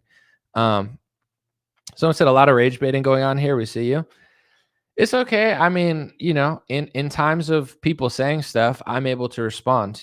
I'm like, people are allowed to say stuff. I could ignore it if I want. Some days I do. Some days I read it. But the more I talk, the more people can see who I actually am and what I'm doing. So, if I ran a news company where I was telling people don't listen to that person, then you could say I was gatekeeping, but that's not really the case. And this is also like one way that I kind of stay out of trouble. Like I do like what I do, and I understand that at some point you're going to have to disagree with people, and I disagree with people calculated all the time. What I've also noticed about this industry is there's like a lot of drama queens. There's a lot of people that are looking for arguments, looking for fights, a lot of broken people, broken women, broken men, and they're like a toxic ex. Like, you ever break up with somebody and they're crazy and you're like, oh my gosh. It's like some people are like that, where it's like, there's like conflict that is necessary, and then there's conflict that's unnecessary.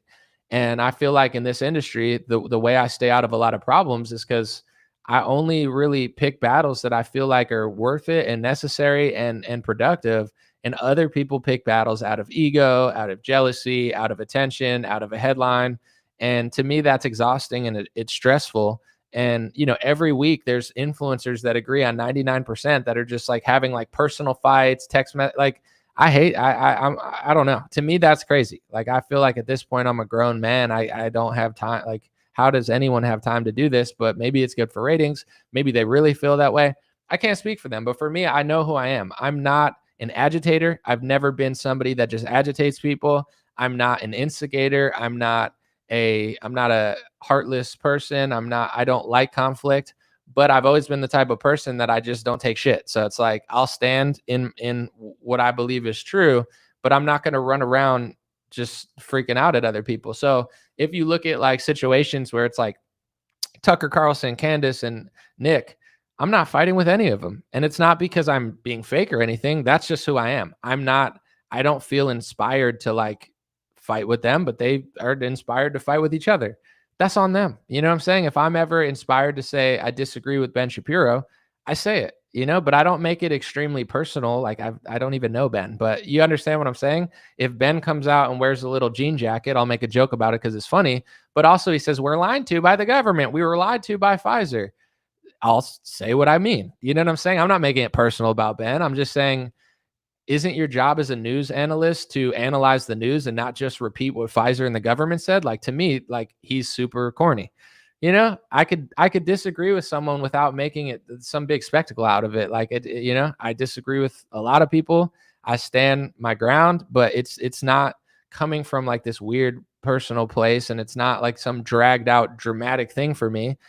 Tim, I don't like Tim. I've said why, but I don't think I've really talked about it maybe once in the last like year now, because I'm over it. I don't care anymore. I mean, one day maybe we'll communicate, maybe we won't, but maybe we're not supposed to. Maybe we should just do our own things. I don't like Tim, but it's like I have a life, I have a career, I have things that I need to talk about, and it's not him or what he's doing, unless it crosses the threshold of like, oh, that's newsworthy, or I really feel inspired to say something. So that's my style. And I've seen in this industry, I've seen a lot of things. I've seen people that I thought, liked me, not like me over certain things. I've seen, people that agree with me 99% of the time get mad because I did this. I get it. You just can't please everybody. If you don't vote for Trump supporters are going to say, well, you can't celebrate any of the good things he does because, you didn't vote for Trump. And then if you do vote for Trump, people that think that not voting solves some sort of mystery, they'll say, well, you can't say, how could you say this when you voted for him? So it's like, regardless of what I do or what I say that I'm doing, there's always going to be a crowd that takes some sort of stance that I don't agree with, and they're going to act like it ruins my credibility because I did or didn't do it. But I just tell people what I'm doing, why I'm doing it, and that my results speak for themselves. No matter how much people say, like, that doesn't, I think most people that listen understand it. If you're in the comments right now, if you voted for Trump or you didn't vote, it doesn't change my opinion about you. I literally don't. Like, some people it does, to me it doesn't. I get why you'd vote for Trump. I get why you wouldn't. As long as you are consistent of what you're saying or why you did it, I see no reason to care that much about that, but other people really do care about that. And, in some ways it burned some bridges for me. But to me, if you voted for Kamala, that's a little weird. I guess I'd allow someone to explain themselves. And if you were like a personal friend of mine, it is what it is, I guess, at that point. But like, to me, that's a little weirder. But at the same time, if you could explain why it makes sense, then good luck, but to me, it doesn't. Someone said voting is real now. I mean, my personal opinion, and once again, I'm not gatekeeping, you don't have to agree with this. I think voting does change some things, but not everything everyone thinks it does. And I think the real stolen election is the fact that donors kind of control both sides. And there's, certain things that will never change, certain policies that you can't vote your way out of. To me, that's the big story. The big story is we got a lockdown under Trump, even though we voted for Trump. You can't stop funding the wars in Ukraine and Israel, regardless of who you vote for between Biden, Kamala, and Trump. Like, to me, that's the big story. Other people, they want to fight over all this other stuff, and then that creates a divide where now people can't ever come together to get along to apply peaceful pressure on these politicians. Because when peaceful pressure is applied and when people are paying attention, they do maneuver. You know what I'm saying? Like, their whole situation relies, I think, on people believing the right is fighting the left. So in my opinion, whether people vote or don't vote or like Trump or whatever, as long as you're able to like see through what he's doing and call him out, to me, that you're an ally. But other people don't see it that way. And, that's life. I think me and libertarians agree on a lot, but if you ever go, and I like a lot of libertarians, but libertarians like to argue, they argue with each other because they're all like Puritans. So it's like, it's a psychological thing too, where sometimes tribalistic people create better tribes because they listen and they follow, so it's like Trump created a powerful movement because he's got a bunch of followers.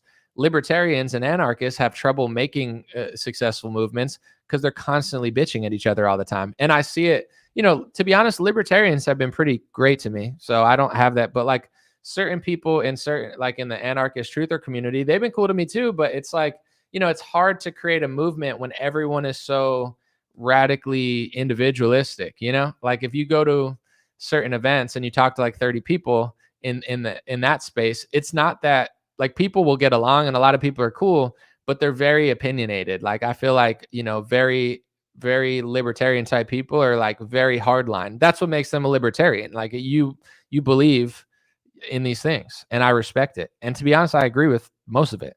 But that's just like I'm just having a human conversation about it. It's like psychologically, this is why it's hard for those groups to gain ground because everybody's stubborn. Everybody wants to be the boss. Everybody wants to be the leader. Everybody wants to be number one. Everybody wants to call that person out for slightly disagreeing.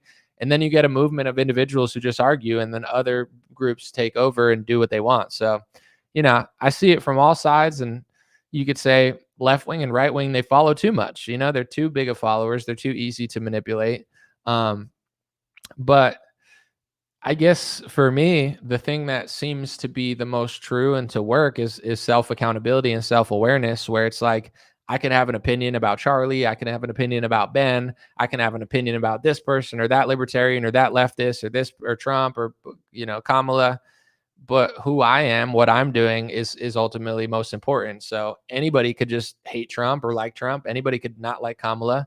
But what can you do? And I feel like that's what I've focused on and try to focus on is like, at the end of the day, knowing your opinions are your opinions, being able to discern truth from not truth is a great skill. But, I think the reason I've been able to be so productive is just having self-awareness to be like, all right, well, what am I doing? What's the point? Even with this, like, I get that like there is incentive for me, not as much because this is just a personal insight. I don't make that much from videos anymore.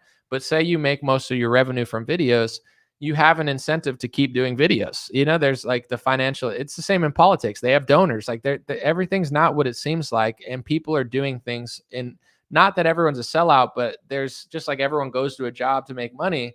The more like if you're doing 7 videos a week and you're getting paid decent, you don't want to do 3 videos a week, but maybe you don't have 7 things to talk about. So you just kind of start reaching and, like talking about things you don't really know. It's the reality of the situation. So, for me, like, I think in some cases I, say like we'll post maybe more than I should at certain points, but I do try to with videos and just in general add value. I think about value, like what would add value to this conversation? What am I bringing to the table that isn't there or that will help people? And sometimes if I can't think of anything valuable or I'm not in the mood to do it, then I just don't do it. It's like, people are running ads, doing all sorts of stuff. I get it. I'm not knocking ads. Advertisements are fine, but I could tell you why people are posting so much on Facebook and Instagram. If you say you follow somebody on Instagram and they never used to post picture posts, right? And now they're posting 10 picture posts a day on Instagram, where that's kind of crazy. Like Instagram, maybe post a few reels or a picture or two. It's kind of crazy to post, like, in my opinion, on Instagram, like 20 pictures a day. Well, there's an incentive. Instagram's paying. If I posted 20 pictures on Instagram a day, I'd make a lot of money. Facebook, it's the same thing. That it's part of the reason I'm posting so much on Facebook. I can justify it on Facebook. I feel like it fits, and it's not. I don't use Facebook, I guess, as a consumer that much. So maybe I'm unfamiliar. Like I haven't used Facebook just as a consumer in like 10 years. I only post on it. I don't use my personal page. But on Instagram, I use Instagram every day. So I guess ethically, or at least like aesthetically, I don't want to post 10 picture posts a day because I feel like it would screw up my Instagram. It just feels like my Instagram's more personal. It's my pictures, my videos, me playing soccer. I don't want to post 10 random news stories a day. It's overwhelming, even though I probably should financially.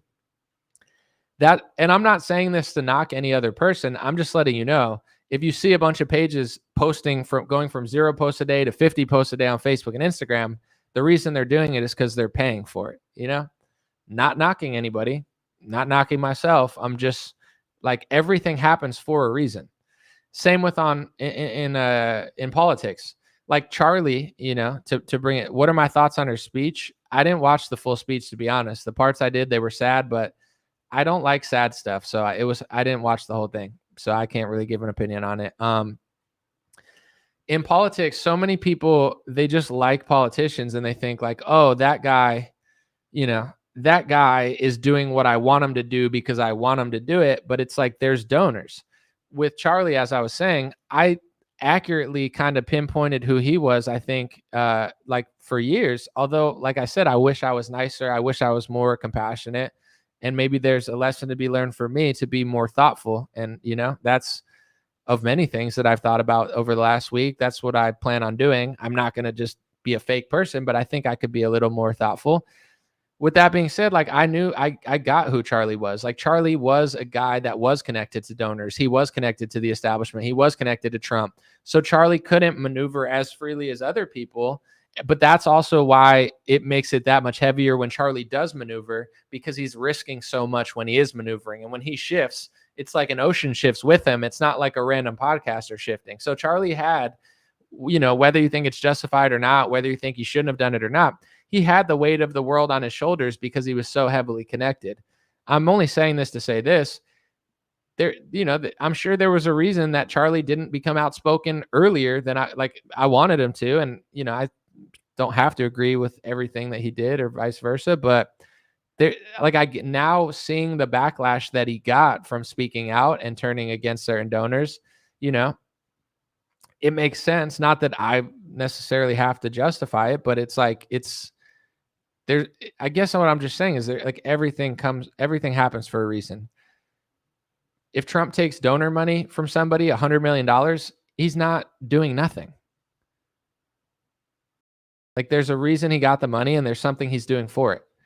Somehow people don't understand this yet, or they don't want to understand this. And, I feel like that would help create a better picture for people to then make good decisions of like what they said and what they didn't say. But apparently most people want to view everything like it's some big movie they're watching and they just pick a hero, Once again, I didn't watch the full Erica speech. I watched little clips of like sad parts that went viral. I didn't watch the whole speech. I don't like sad things, and I get everyone, you're allowed to have an opinion about it. I don't have to agree with it. So if you know more than I know, because you watched the whole thing and something seemed off to you or whatever, it's on you. I didn't watch it, so I can't really speak on it. But once again, I don't think everything that happened, like the clips that I did see, nothing seems super abnormal to me. But once again, we live in a world where they lie so much that people are going to ask questions. And I understand why people think it's disrespectful, but at the same time, people need to understand that we've been disrespected our whole lives in the media and government. So nobody trusts anything anymore. I don't try to gatekeep necessarily. Like you can't think that, or I'll tell you what I think. And if I'm very positive about it, I'll say it with some authority if I think I have authority. But when it comes to this sort of stuff, like who am I to, I don't know, some things look weird to me, some things didn't, but if more things look weird to you, it's your responsibility to use your mind and your discernment that God gave you in the right direction. And the truth is, for myself, only God knows. And the second best person to really know is yourself.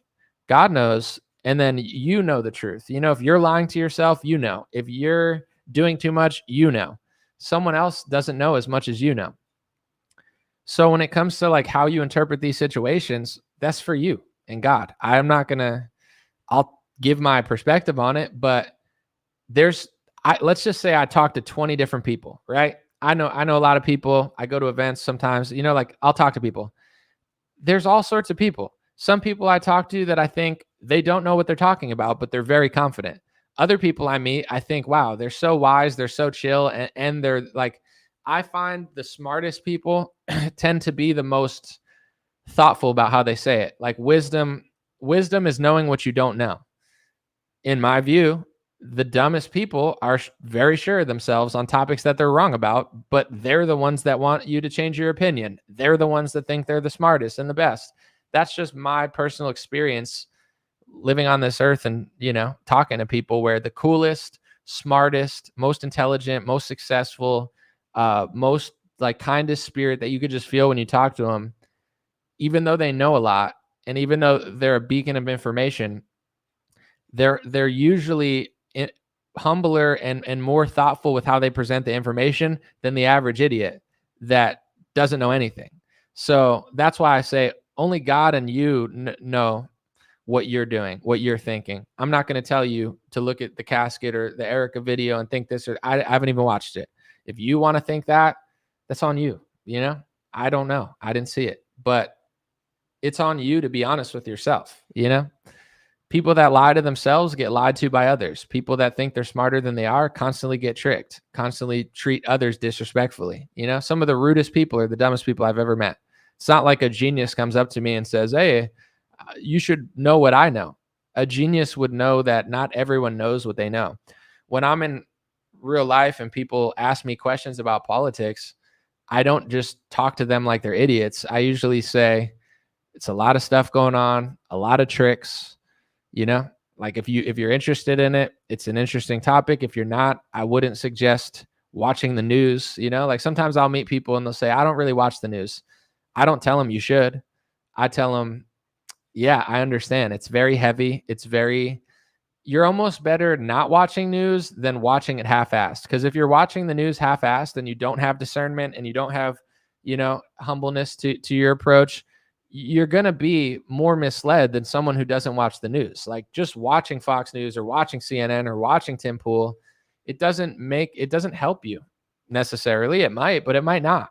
So this is how I talk to other people. I talk to people who know nothing. I don't talk to them like they're idiots. I don't say I know everything.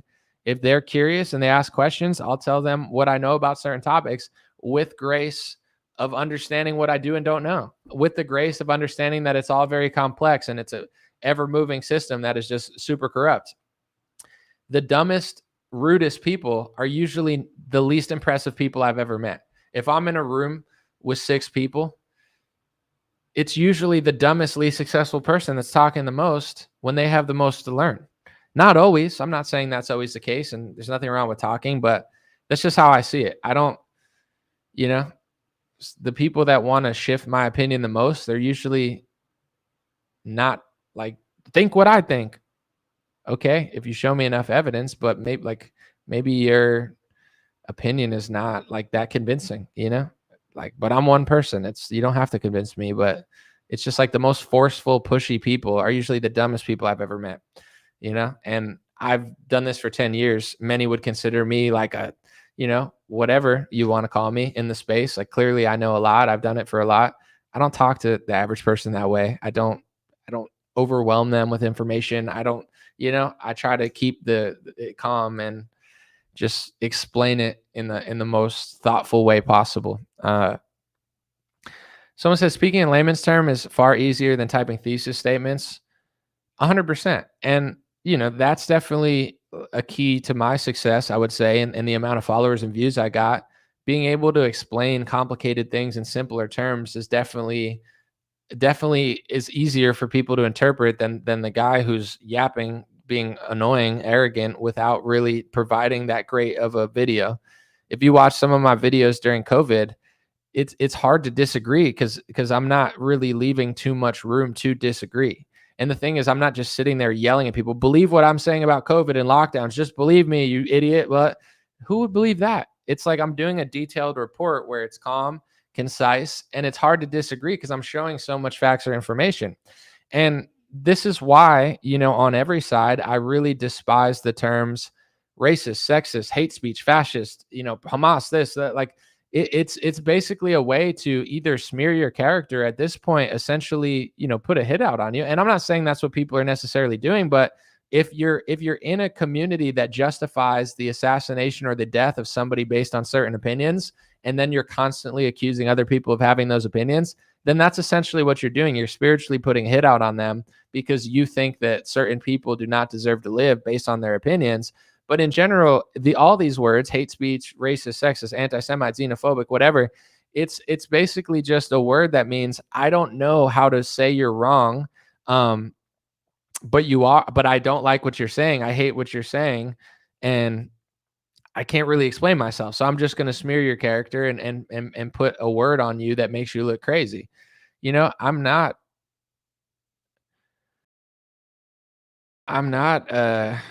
I don't know. Like I got a message the other day and I'm not going to say exactly what, but someone said, you're you're bad. You always say bad things about blank, people who must not be named. You're bad for the world or something. Well, what are you saying to me if you're saying I'm bad for the world? First of all, I don't believe I'm bad for the world. I don't think most people think I'm bad for the world. I don't believe anybody that's ever listened to me in full of any background that has a soul would think that I'm the problem, especially in this world of the media and the news. Like, I'm not bad for the world. I'm not bad for media. I'm not bad for politics. But if you're saying that to me, like, you don't want me in this world, what are you saying? Why are you saying I'm bad? Why? Can you explain? They never can, because there's nothing I've ever it's just, I don't like that you said that. I hate that you said that. Well, that's what hate speech is. You hate that I said something that you hate. Why do you hate it? Is it out of ego? Is it out of lack of self-awareness, lack of self-accountability? Can you explain why? Someone came in here earlier and was saying, like, people have said this, and, people always turn against this and that. I understand that, but this is once again, self-accountability and self-awareness, where yes, there are, like, even in the Bolshevik Revolution and stuff, it's like people went insane. They threw people in camps. And these things have happened all over. There is a sick, crazy history. So then I go and try to really find out why everything happened. Like, how did they happen? Why did these people do that to these people? And that's learning history, is figuring out, like, how in the world has this happened? So I understand why people are so defensive about these things, because, people are trying to prevent mass tragedies. And that's why, they got so mad at Daryl Cooper and Tucker Carlson months ago. And, Tucker and Daryl are their own people. I'm not necessarily exactly like them. But it's like, if you have a different understanding of history as someone else, they see that as a threat, because everything that's happening now is basically history repeated.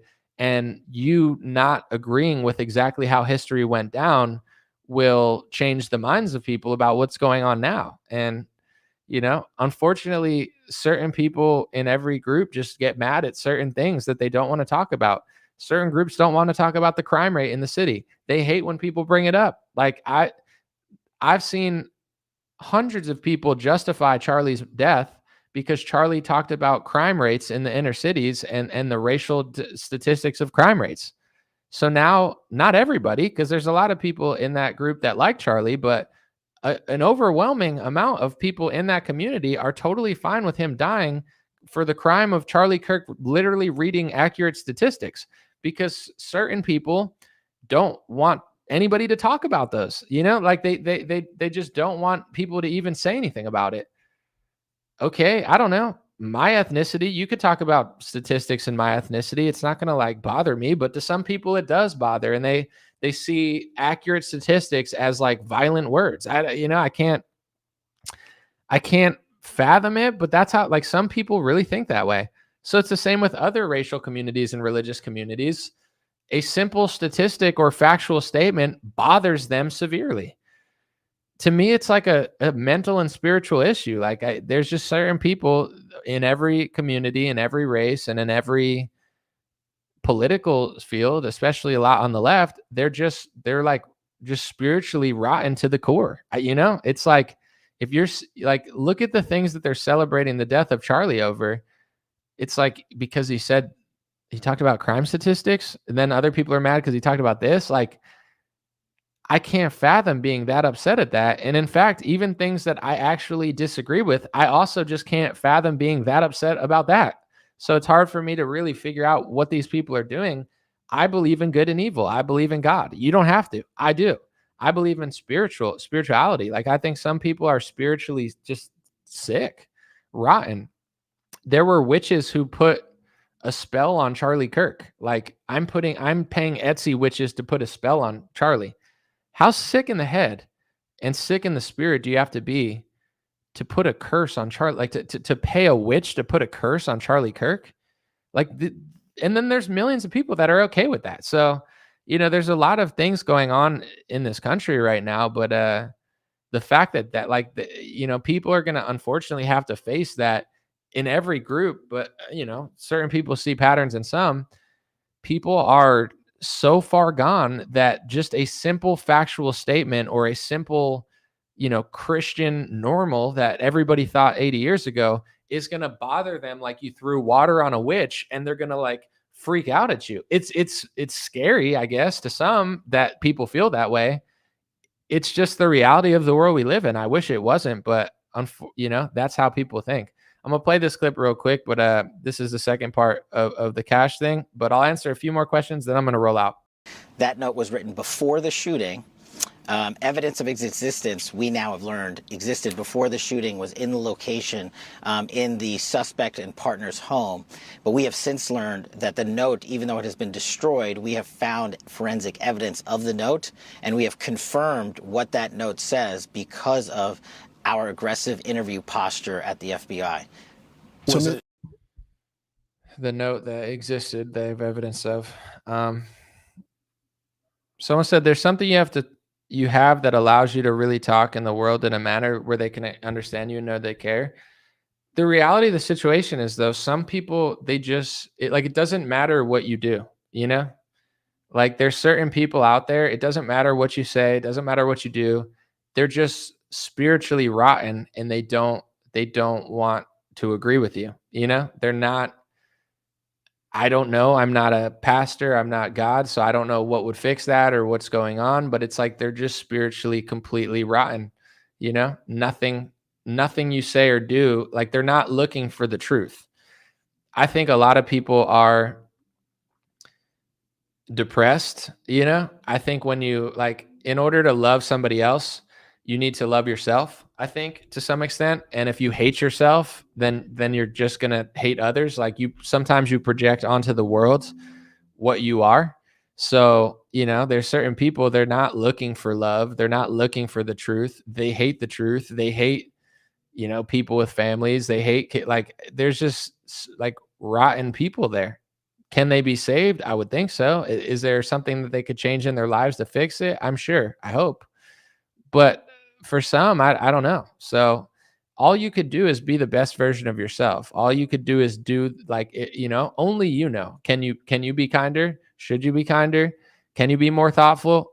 Only you can figure that out, or only God knows. And you could do your best. But outside of that, I do think that people can do better. I do think that there's certain people that they're not doing what I would consider good. And there's people in the chat now that think I'm not doing what they want me to do. But in general, it's like, that's all you really can do. Cause if your goal, even myself, you're talking to somebody, if you compare me to other people in the space, I'm way less agitating. I'm way less confrontational. I don't like confrontation like that. But even I'm telling you, you can't please everybody. Eventually you're going to have to conflict with people because they don't want the truth. They don't want God. They don't want reality. They don't want to be loved. They don't want the country to be fixed. They don't want crime to go down. They don't want the same things that you want. For me, I think what I like is peace. I like people that are decent, just like everybody in America. I think decades ago, people from all over the world would move to America. And do you know what they wanted when they came to the United States of America? Do you know what the American dream was? A family, a picket fence, and a yard, and neighbors that you weren't at war. You came from a country with communism, you came from a country with extremism, and you came to America and you wanted just a life that was a neighborhood that was clean and safe. You didn't need a lot of money. You didn't need a mansion. That was the American dream. To me, that's exactly the way I think. You know what I'm saying? I don't like neighborhoods that look like a crime scene. I don't like seeing barbed wire fences everywhere, because that means people can't act right and everything needs to be locked down because people are thieves. I don't want to live in hell. Some people don't agree with that. I sound like a boomer to most people, because when I was in my 20s, I didn't even think this way. But now, like every sane adult, it's like, I want the American dream, which is just neighbors who aren't thieves, a community that's not a complete shithole, and a city, if you're going to live in a city, that's not like robbery, theft, just smashed windows everywhere, broken windows, graffiti, and then a bunch of bars everywhere because nobody could stop jumping through windows. That's what I think is like a successful America, right? Millions of liberals, they don't want that. They don't agree. They don't agree with me. They think that that's, maybe some agree with me because I said it nicely, but some won't. Like I see where they live. I see what they gatekeep. I see how little they want to fix these things. And what do? I don't know. Like, I don't want Trump to send the National Guard everywhere, but what liberals need to realize, and this is not justifying everything he's doing, because I don't even trust Trump, but they're leaving like no choice. Democrat mayors don't want to fix anything. The people there don't want to fix everything. Like, the whole cities are going to shit. And then because the cities are going to shit, everywhere around the cities are starting to go to shit. All the suburbs, like where I used to live, they had multiple murders in 1 year when they never did. And it was all people from Los Angeles County. So you have to understand, it's like, so you're not like, if you want to stop Trump from fixing it, why don't you fix it? You don't want to fix it. Like, we don't think the same. I don't want Trump to go to the cities for different reasons than them. I don't trust Donald Trump. But not to justify him going, like, these cities are so bad. They're literally war zones. Like, they're literally worse than war zones right now. That's not normal to me.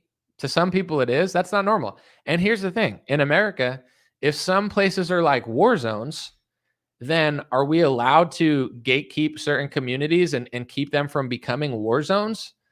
In many cases, you're not. They have all these weird rules that every time you have to build a building, you have to put certain people here and there. And it's like, there is no, you can move away from these places, because every like weirdo Democrat governor is like forcing you to become those places. They're trying to make it so you have nowhere left to run to. So, you know what I'm saying? The reason I'm saying all this is, one, I just have a podcast where I talk, but also everybody doesn't want the same things. Everybody doesn't think the same way. And at a certain point, you have to just like sadly be at peace with that, because there is nothing you can do. There is no like, you could try to be nicer, and it's nice to do that, but at the end of the day, if your end goal is to please everybody, it's unfortunately just not possible. You can do your best, and you should, but that's the reality of the situation. One of the reasons it took me so long to even make this video, I spent too much time online, due to the Charlie thing, and it was just making me sick. Not just staring at my phone. It always makes me feel like shit, but just seeing the reaction. I was seeing the reaction from the left. I was seeing the reaction from not all, but certain people in the Black community that didn't like some things Charlie said. I was seeing some things from pro-Israel people. I was seeing some things from Israel critics. I was seeing some things from mainstream people, from podcasters. There were some nice things being said, but like, the whole thing just disgusted me. I'm just like, I don't even want to be online right now. Like, everybody's like, it's sickening to see a sick post get 200,000 likes. It's sick to see people justifying it because Charlie Kirk said something about Martin Luther King. Like, it sickens me. And, Charlie, sometimes he was a very blunt person that, he just went for it, which is why some people did and didn't like people. But when it comes to like why a lot of people in certain Black communities didn't like Charlie Kirk because of certain things he was saying, perhaps about like the civil rights movement, there's Black people who say it as well. Like, if you talk to a lot of people in Black America, not all, they're not going to tell you that things are amazing right now. So if things aren't amazing and things aren't like drastically getting better all the time, then why is it such a threat to your mindset to think that you might have got lied to at a certain point? Because, I'm probably saying it in a more compassionate way than most conservatives, but you could find people that were Black in the 1930s and 40s and say that, before the civil rights movements, that they owned a lot of stuff, and after them, they lost a lot of ownership over it. So you get how I'm explaining it in a way that might be more tolerable to some people, because it comes across compassionate versus like aggressive and angry.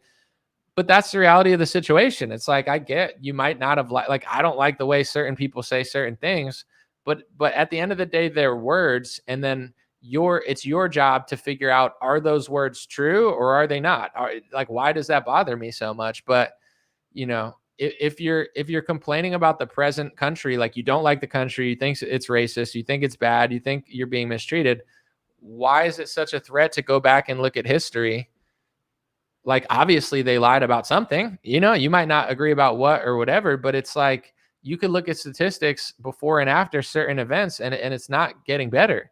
So why, like, even if you think somebody's wrong or being rude, like, why does it bother you so much to revisit certain events? Like, I don't, you know, I've talked about this on my podcast before, but look into Rosa Parks. Like, I'm not saying she was a bad person, but they had somebody else that I think had a baby out of wedlock, and it wasn't good for the cameras and the news. So they used Rosa because she was like a more you know, relatable figure, because it was so rare to have like kids out of wedlock and divorces and stuff like that. You know, I don't know the exact situation, but like I could say it in the nicest way possible. But if like I need to just agree with everything we've ever been taught, or else I'm a bad person, I can't do that. I don't know. I feel like my responsibility is to not lie. And if I really want to help, then how can I just read what we read in the history books? Like, if the present moment is not where anyone wants it to be necessarily, as far as the state of the country and racism and politics or whatever, then how are you going to fix it if you can't review what's going on and have an opinion about it like that? And this is the thing too, and this goes for a lot of different situations. There's always a reason for everything. Like, there's a reason that certain people are stuck in certain situations. There's a reason that certain people are like, why does everybody disagree with our foreign policy? It doesn't mean everybody's right, and it doesn't necessarily mean you're wrong, but it does mean like there is a reason for everything. There's a reason America and Europe are being flooded with migrants right now. You might agree with it, you might disagree, but everything happens for a reason. Everybody's just afraid to look at the reasons because everybody's so simple-minded, and they're like, I hate that you said this. I hate that you said this. I don't care what anybody says. Like, what's the reality of the situation? And the reason that we're all stuck in these situations that no ethnic group wants to be in, like if you talk to white people, they'll say, I don't like this about Trump, or they'll say, I don't like all this mass immigration. If you talk to certain Jewish people, they'll say, I don't like that everybody's disagreeing with Israel right now. This is like it's overwhelming. You talk to black people in America, they'll, not all of them, but they'll say, I don't think we're in a good situation. We're being lied to. So most groups, regardless of race or ethnicity, they don't feel like America's on the up and up, and they feel like they're overwhelmed with the situation that everybody, like nobody really feels super comfortable about where they are right now. But yet we're not supposed to try to figure out why it's all happening. Or I guess some people are, they just have differing opinions about it.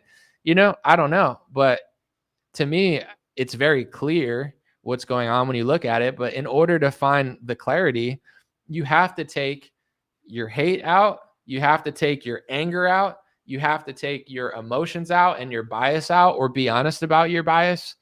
And then you can figure it out. But it's hard for certain people to do, to not be angry, to not be emotional, to not be selfish, to not, to have self-awareness and to understand what could and couldn't be better. And then, like I said, it's the same as in a personal situation. The same people that are the loudest, the angriest, the rudest, the meanest, it's always the dumbest people. It's always the dumbest people. The smartest people I've ever met are always the most thoughtful. I would say my favorite interview I've ever done is with G. Edward Griffin, who's in his 90s now. I'm not even sure. G. Edward Griffin, to me, is the most interesting person I've ever interviewed. And I think in many ways he's the wisest. And especially just being that old, it's just cool. He's like not ever yelling. He's not ever super. There's things that me and G. Edward disagree on, but he's not super rude about anything. Even though he's probably the most sure of what he knows. He's written a book about the Federal Reserve. He's been on this earth for 90 years. He's not ever angry or rude. Other people that are rude and angry, like they think that they're so profound, but I think the most profound people don't act that way. Someone said you described Nick Fuentes as always rude. He's definitely more of an agitator than I am, and than G. Edward. There's no question about it. I think he's very talented. I think, in the space, people try to blacklist him unrightfully. But as far as, who he is, he's not me. But this is another question I have as well. Like, and answer me this in the comment section. Do you think that certain people are born to be different characters in a sense? Like, for example, I'll use Candace Owens because Candace is way more like, Candace loves going into the eye of the storm and she seems fearless about everything she's doing. She doesn't care if Macron's suing her. She's talking about Netanyahu. Like, Candace is completely fearless. Do you think that she was born a certain way? You know what I'm saying? In all due respect, like, I know myself. I don't know. Only Candace knows who she is. I just know me personally.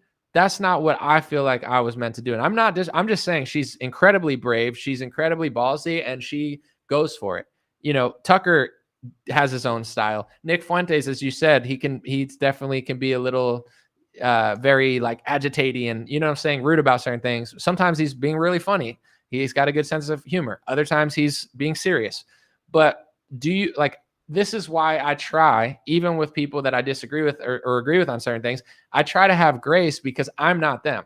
I'm not Nick. I'm not Candace. I'm not Tucker.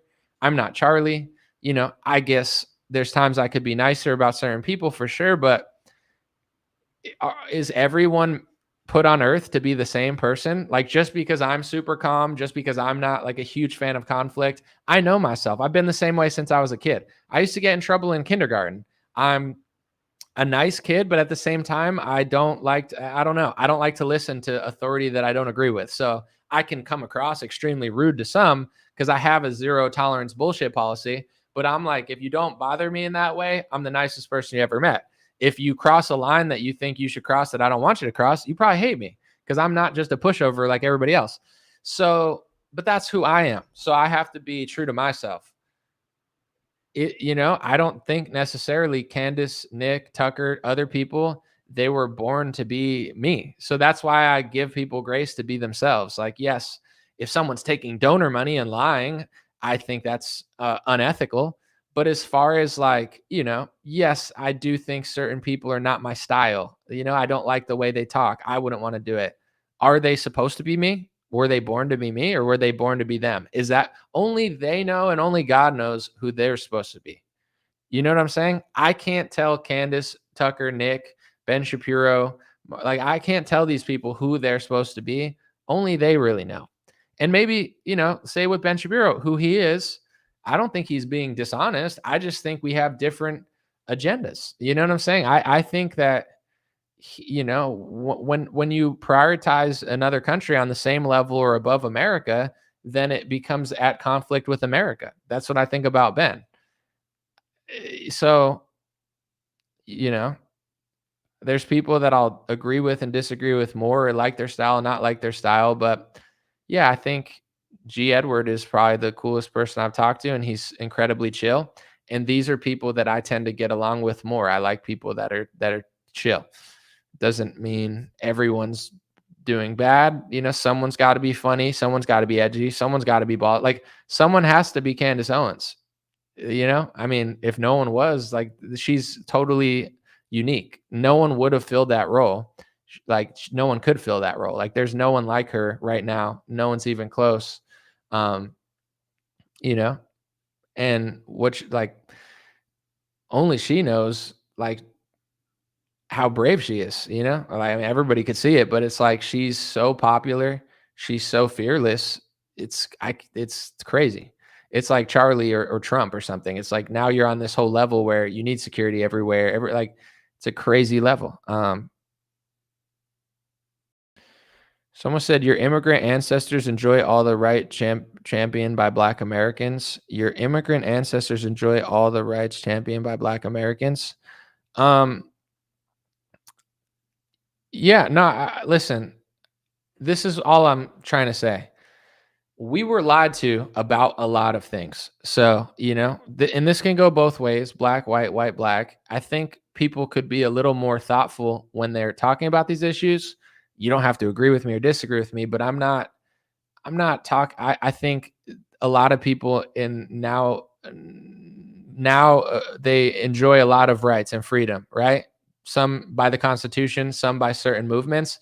But just because certain civil rights or certain social justice movements are for the better, some were not what you think they are. That's all. That's my only opinion. I'm not saying every single social justice movement was a lie, but I do think a lot of them were not what they said they were. Every time the government does something, they they mask it in we're entrepreneurs, or that's not the right word. I would say like what's the word for like, I mean, benevolent is a good word, but I was looking for a different word that's escaping me right now. But they're like I'm trying to think of the word when you do like nice things. They have a specific word for it. But anyway, everything they do is masqueraded in like kindness and niceness, but the government's not always kind and nice. They could, they could poison your water and call it the Clean Water Act. So that's, I would say, just like some other people could have grace with you, your ethnicity, your past, I think not being so like solidified about it and being honest about it and understanding that some people are talking about this not from a place of malice, but from a place of, we were lied to and it's been hurting your community and other communities. You don't have to agree. Yeah, philanthropy. Thank you, Zion. I was thinking of philanthropic or philanthropy, but they always masquerade their backwards ways as philanthropy. That's the word I was looking for. So that, and I'm not speaking for everyone. There's an internet filled with people that I disagree with. Everybody's got their own opinions about history, and I don't have to agree with everybody. But I do think that when people get so caught up about other people questioning certain things, it's not necessarily helpful. So that's all I'm saying. I'm not suggesting that immigrants to America didn't benefit off of certain things. They obviously did. But if you look at certain communities and certain neighborhoods and certain people nowadays, and some of them are doing horrifically and need help and need a way out, can we be honest and say, listen, 70 years after they did this, things are not good. Race relations are not in a perfect place, Can we have an honest conversation about why, or are we just going to sit and yell at each other and have no honest conversations? Because part of the ways they've done stuff is by lying about what they're doing.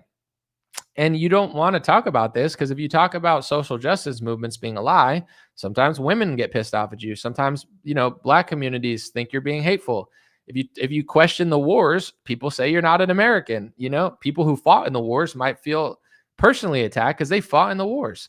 It's a hard conversation to have, for anyone, because these are such deep topics. But unfortunately, in my view, in my decade of research, the reason America is not thriving as much as people wish it would is because we've been lied to about way more than the average person realizes. And these lies are basically coded in, don't go there. If you go there, you're a really bad person. And the reason that they're coded in that is not to help you or to help your feelings or what you think. It's because that's an effective, essentially, blockade of stopping people from going there. It's why they use certain words to be like, don't talk about that. Don't look there. That'll make you a really bad person. Oftentimes, that's not true. They just don't want people to have alternate perspectives on things, because then they would realize that the mainstream perspective is a lie. It's tough for a lot of people to admit in a lot of different things, and different groups are emotional about different, I'm not going to sit and act like, just to be fair to you in the comments, I'm not going to sit and act like only, African Americans or Black America gets upset at questioning certain narratives. Some people, and a large portion, get upset at certain narratives that are meaningful to your community, and everybody's community. But there's other, there's white people get really upset about certain questioning too, questioning certain wars, questioning certain events, questioning certain presidents. Like there's certain presidents that 49 out of 50 states voted for, and nobody wants to hear that they weren't really who they said they were. So there, everyone will get certain things will bother them more than others. And same with like, Jewish people will feel really strongly, obviously, about certain events and not want anyone to talk about it. Black people, white people, Christians, Muslims.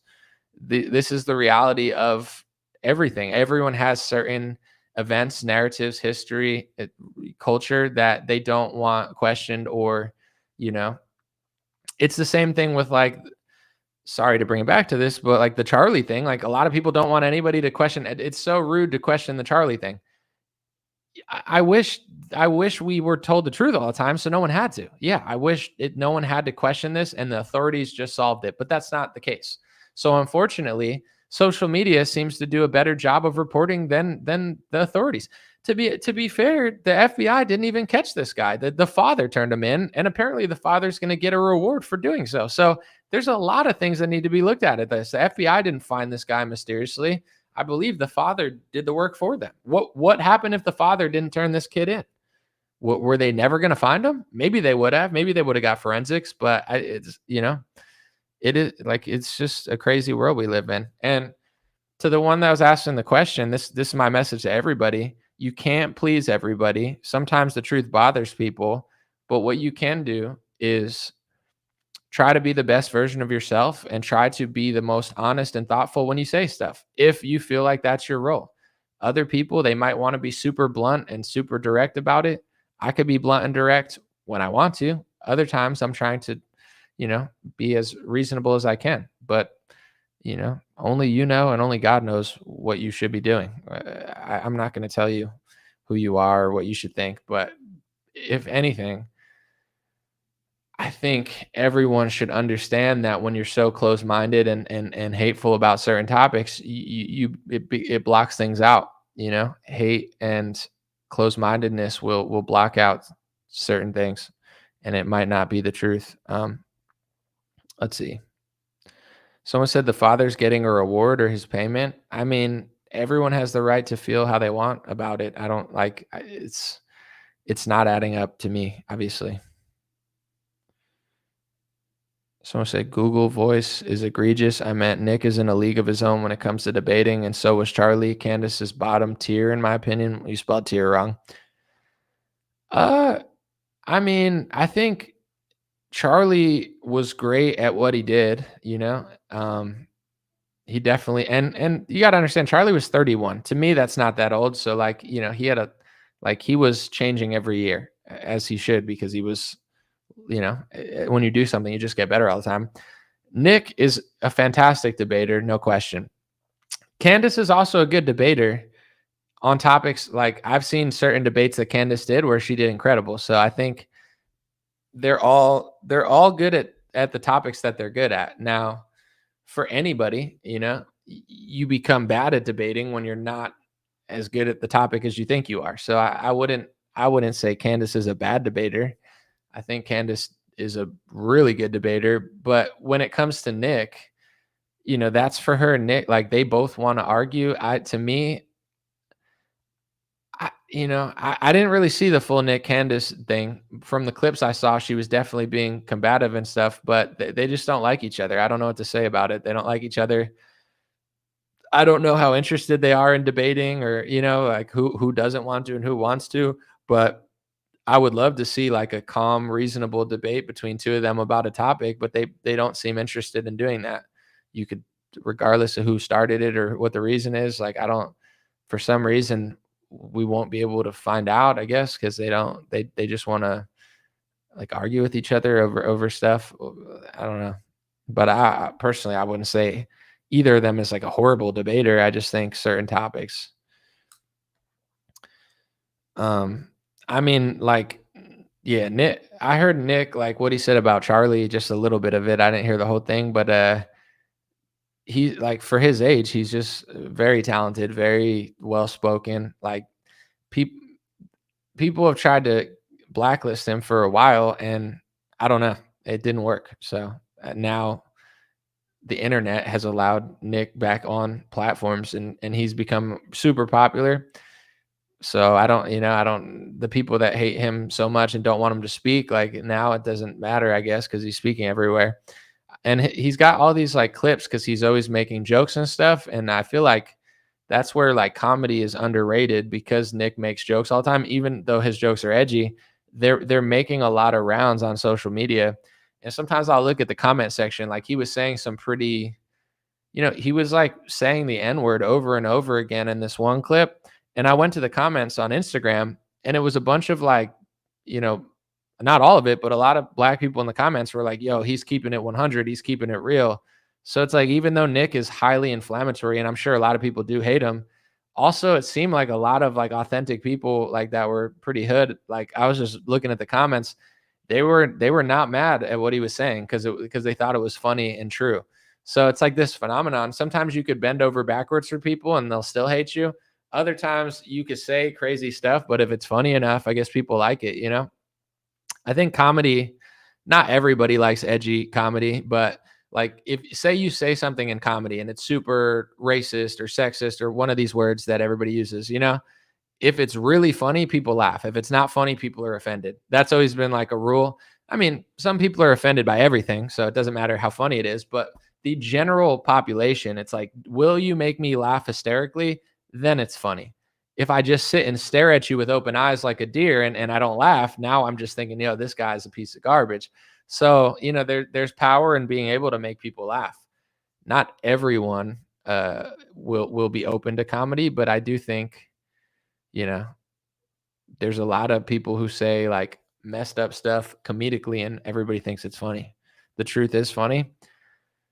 The truth is funny when someone's funny. I don't think the truth is funny if people aren't funny. Like there's either you're funny or you're not. I guess you could learn comedy, but comedically, like, are you witty? Are you, do you have like good jokes? Like some people have it, some people don't. Like it's not everybody's supposed to be a comedian. I haven't been funny at all this live stream because I'm not in a funny mood, but I would argue that I'm very funny when I want to be, in my streams. I think I have funny comedic timing. I think I make people laugh out loud. Maybe not. I have no idea because you're behind a computer, but I think I'm funny. But the Charleston White take, that was weird to me. I don't know. It seemed very like attention-y or like that guy is like a wild card. He's always just saying off the wall stuff, but yeah, I wasn't a fan of that, obviously. All right, we're going to wrap it up, but someone said Nick spends 90% of his time attacking the right. Can we just admit he's a fad? Here's what I'll say, though. One, I don't think he's a fad. I think he's too smart and positioned well to be a fad. But also, I don't necessarily think attacking the right is like the worst thing. Like, obviously, like literally attacking the right. But I'm talking about like, even on my show, I'm not Nick, but my inspiration does not come from like talking about the left all the time. I don't vote for the left. I'm not registered to the Democratic Party. So the left is not my side, albeit I don't mind saying what I disagree with the left over. To me, if the Democrats win, it's never going to help me in the ways I want it to. So they're not my team. To me, the Republicans are supposed to be our team. So strategically, to me, I'm not talking about what Nick does because I don't really follow his podcast on a daily basis and I don't know what he's saying. However, if your criticism of him is he attacks the right too much, I don't like people that just talk about the left all the time, because if our side is scamming us and the left is scamming us, it's this perpetual cycle that never changes because our side is in on it too. So to me personally, and some people have to talk about the left, I don't feel inspired to just talk about the left all the time, because if our side isn't on our side, then we have a 0% chance. It goes from a 50-50 election to a 0% chance. So I personally like when people talk about the right more, not because the left is so bad, but we need to talk about our side. That's just how I see it. I don't think our side is just naturally, spontaneously going to get better just because people want them to. I think our side will get better when enough Republicans realize that Trump is not really on our side. Like, I don't disagree with that. I can't say like Nick didn't vote. I think he said he didn't vote. I voted. Some people don't like that. Some people do. I don't care. So it's like we don't see everything the same, but I don't agree when people get mad when people say, they criticize the right too much. Our side is fake opposition. Trump is working for the donors, and a lot of his administration is a clown show. There's reporting that people don't even know about the Republican Party because nobody does it. Let me give you one, right? This idea that Trump is like, fighting Bill Gates when he literally has him in the White House and does deals with him. Doug Burgum was the governor of North Dakota. Doug Burgum was funded $100,000 by Bill Gates in order to run for North Dakota. He's got pictures. He posts selfies with Bill Gates on his Facebook page. Like he's a Bill Gates donor recipient.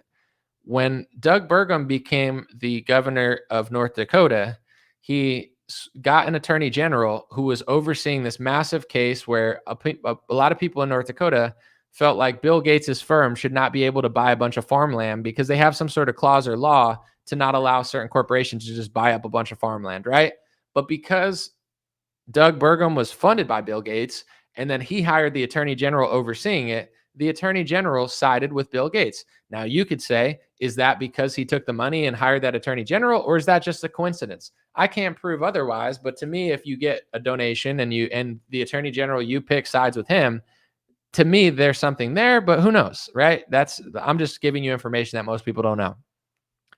Doug Burgum is now in charge of all of the federal land because Donald Trump hired him to his position.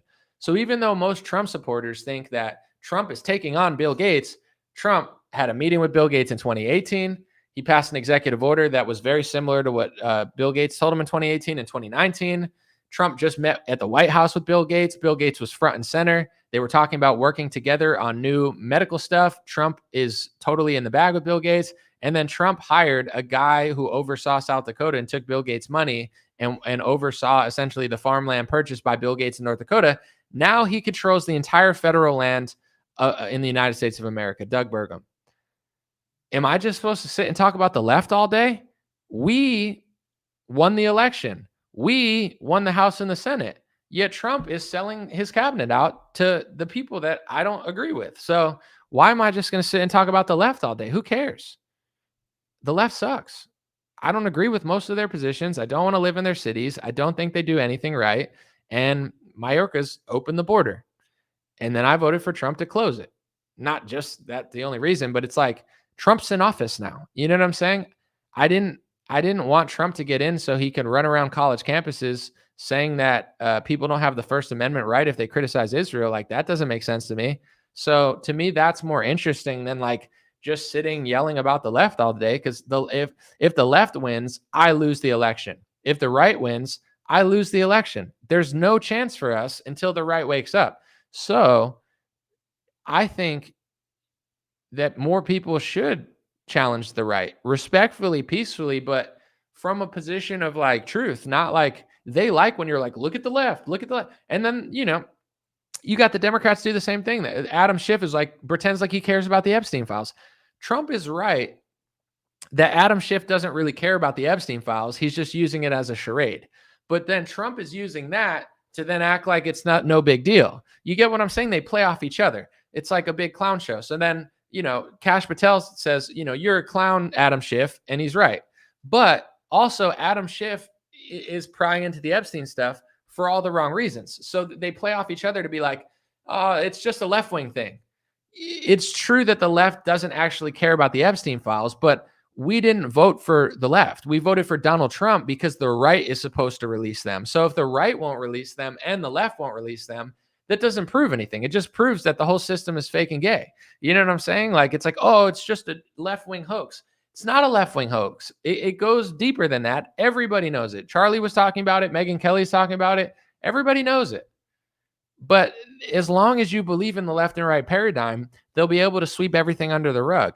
That's why I talk about the right more. It's not because I agree with the left. It's just that let's just say for me to have a conversation about everything, the left is so far from a reality that makes any sense to me spiritually, logically, philosophically, mentally, physically, whatever. It does. Even stooping to their level to have a conversation makes me dumber and destroys it's like, oh, the left is wrong. Yes, sure. Yeah. They're not policing their cities. I agree. I'll talk about it, but I'm not going to spend 3 hours talking about the left. I'm going to spend more time talking about the right for that reason. So I completely agree with anybody who does that. Yes, there's a time to talk about the left, but is it in a way that's actually fixing stuff?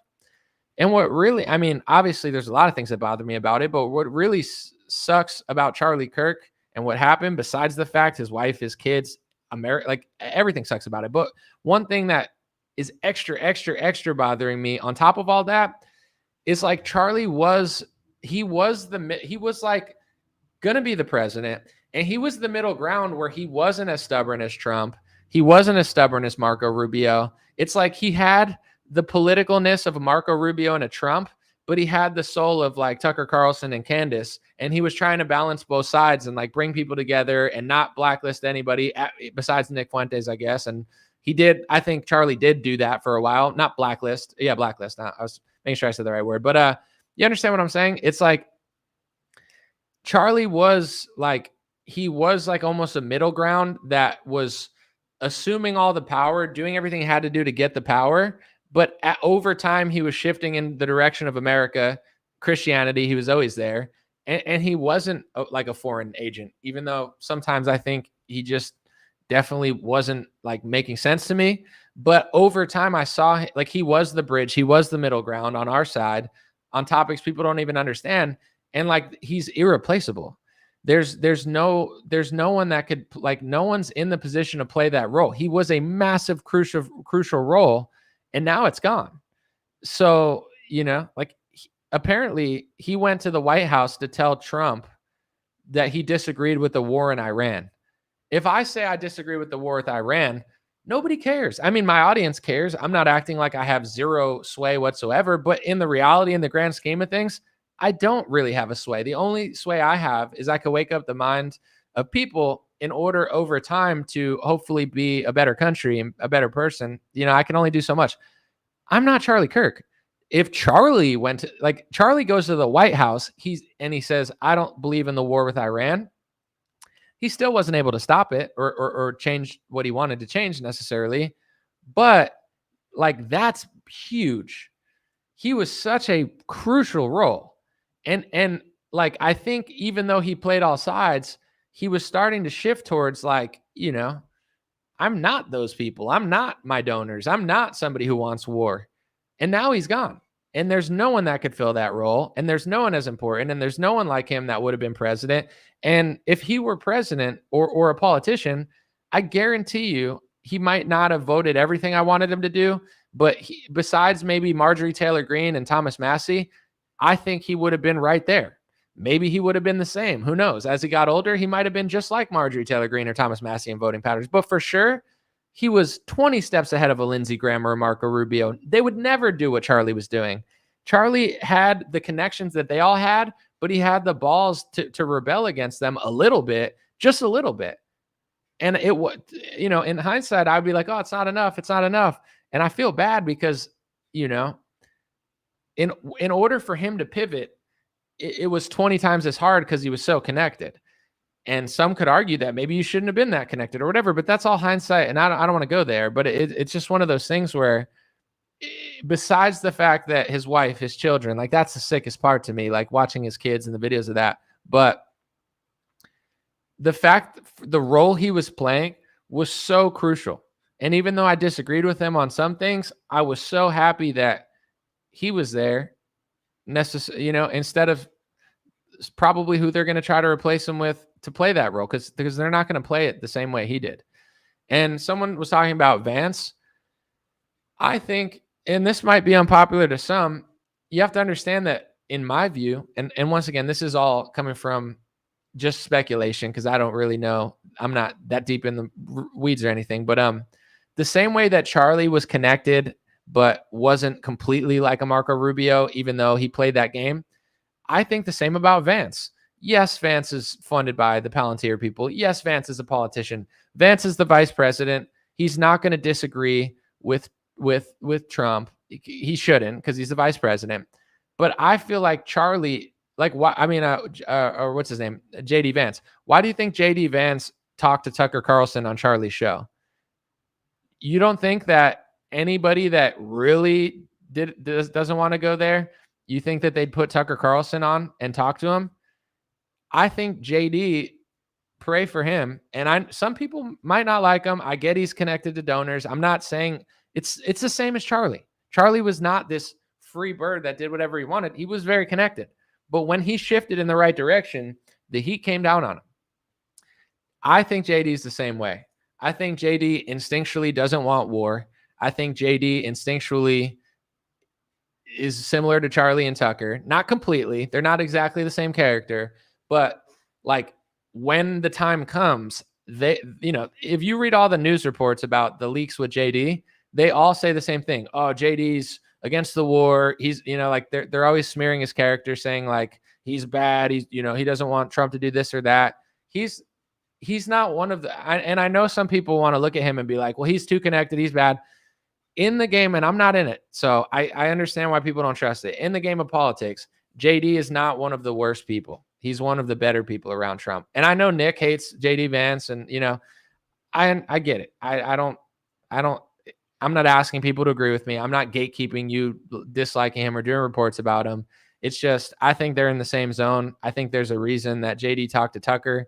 And, if JD truly is set to become president after Trump, he's facing even crazier pressure than Charlie probably is, because yes, Charlie's connected, but if JD is going to be the next president, you don't think that the donors are going to freak out if he doesn't side completely with, our allies on certain things? If he's going to disagree with Trump or agree with Tucker on anything, he might not completely, but I'm just saying, like, the pressure that these guys are facing is unlike anything that people can imagine, because it's not just a podcast. It's a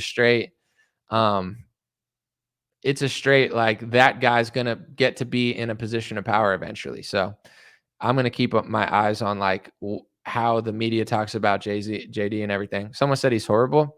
I'm not asking you to like him or trust him. I'm just saying, on a scale of establishment politicians, he's closer to a Charlie and a Tucker than, some of the other guys. Like, they're all playing games. They're all playing a role.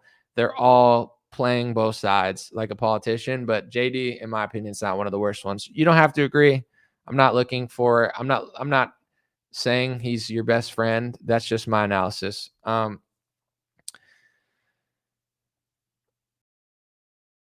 Someone said Nick called Charlie a Fed. Now that he's gone, he doesn't have a narrative for it.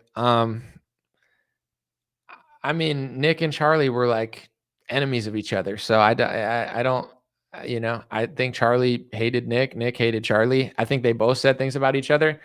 But here's my thoughts on like Charlie. And I say this with all compassion and respect. Charlie was as close to the government as you could possibly get to without being in government. Like, you know what I'm saying? I'm not saying he was a Fed, because I don't think he necessarily was, but like, you don't think like who spoke at all Charlie's events? Most of it was government. Charlie got to go to the White House whenever he wanted to talk to Trump. Like, to suggest that Charlie was government is not even necessarily like an insult. Like, Charlie was as close to the government as you could possibly get without being in government. I would say, in all due respect, not dissing him at all, he was a de facto Trump administration member. Like, he was pretty much in the administration without being in the administration. I'm not saying that in a rude way. I'm not saying that in a disrespectful way. That's just the reality of who Charlie is. What him and Nick said about each other, that's for them. I try to speak with what I know, and I think words matter. So if Charlie wants to accuse Nick of stuff and Nick wanted to accuse Charlie of stuff, that's for them. That's for them to speak. They get to say what they want. But I don't think that Charlie was that far away from the government. And as far as Nick, everyone has an opinion on Nick, on who Nick is. I don't know, because it's easier to tell with Charlie because Charlie runs a massive organization. Charlie's connected to donors. He goes to the White House. It's easy to see how close Charlie is to the administration. You understand what I'm saying? Like, it was obvious. With Nick, he kind of does his own thing. So everyone's just speculating, and it's harder to like be sure about it, in my view. But $50 super chat from let me see. Jay Grease said, we pushed Charlie to push back. He did, and they likely killed him. That's why we feel so much. Hopefully you're right about Vance. I wish Owen and Nick could talk. LOL. Well, as far as other people talking to each other, that's, some people want to talk to people. Some, like, a lot of the people, like, they hate each other. Like, even though you would think they seem similar, even though they're not, there's a lot of differences. That people's personal beefs are on them. Like, I don't really get involved because I don't like drama. As far as like the Charlie thing, time will tell, but the timing of it is just, there's never a normal time for something like this, but the timing of it is crazy. Like, it like, regardless of what you say, it is a really crazy timing. And especially like, I guess in politics, there's always going to be backlash, especially when you're well connected, but like, it's just not, I would say, let's see what his wife says. I don't, that's the best. Like, obviously Candace is doing reports and stuff and people who know Charlie, but if Erica ever decides to like talk about what Charlie was going through and stuff, I would listen to that because I think she would probably know best. Tucker knew him pretty well. Tucker seems to say that he was really upset at the donors and stuff. That's, there's definitely like firsthand accounts that are more trustworthy than others, but I wonder if his wife will ever come out and say anything, because I think her word holds the most weight. I don't think Tucker would make stuff up about that. I mean, some people might not trust Tucker, but if he's saying that Charlie showed him texts of how angry the donors were at him, that seems like it's probably not untrue. Someone said, I've seen the video. See, this is the one. I don't agree with this. I'm not trying to gatekeep it. I've seen the video of the cell phone firearm and the guy's arm recoiled after taking the shot. I don't know. I feel like if you're touching your arm and there's a shot and you jump, it doesn't necessarily mean it's a recoil. I'm not gatekeeping it. If you want to believe that, that's on you. That one doesn't make sense to me. Like, the guys did it with the arm and he jumped. There's another kid that was texting and they're like, what's he doing with his hands? He's texting at an event where everyone has a phone in their hand. To me, that's what that looked like. Once again, that's my opinion. I don't believe that one at all. I think that one is silly, but I'm not the be all end all if you want to believe that. Thank you for the compliments on the stream. Like I said, I haven't been doing many videos, so when I'm in the mood, I just kind of go for it. And here's another thing too. Like, if I do like a 20-30 minute video that's like concise, it'll get way more views. I don't know that I really care. Like, I don't know. Scaling like as big as you could get like is clearly not necessarily a super desirable thing. So it's like, if I could go for 3 hours, most people will look at it and say, I don't want to watch that. I don't care. It's probably better if I get less views. But also, this has been an enjoyable 3 hours for me, hopefully for anybody that's watched at any point, popping in and out, I feel like it was a good stream. So it's like, I know that this is not the smartest thing to do, like business wise. Like, why would you do a 3 hour live stream? That doesn't make sense. I don't know. I'm not really in the mood to see how many views I could get. I mean, obviously it's not bad to get more, but I don't know. It's like, anytime I've ever talked to people at events, they're like, here's what we could do to make you this and that and get you bigger. And it's like, well, I don't want that. I don't even want to do politics in 10 years. I don't think I want to do news until I'm like 60 years old. To me, this doesn't seem like a sustainable trajectory. Like, business wise, I'm sure I could make money for a while, but I don't know. Eventually, I think I would like to run a different business and not talk about the news all the time. Maybe that won't be the case. Maybe I'll want to, but I don't want to like scale as big as I could get. I don't want to be more famous. I don't want, at this point, that doesn't appeal to me. When I started, yeah, I wanted people to see me, hear me. I wanted this, I wanted that. Now I don't. And I'm not talking about now. I felt this way for years now. It's just, that is not exciting to me or appealing to me, because every level you advance, there's pros and cons to it. But I don't have the type of mentality to be like a billionaire. In order to be a billionaire, you have to be a borderline psychopath, in my opinion. You have to be ruthless. You have to be borderline insane. You have to be selfish. You have to be a complete narcissist, I think, to be a billionaire. I'm not saying it makes you a bad person, but I'm not that guy. I could be successful. I'm a go-getter.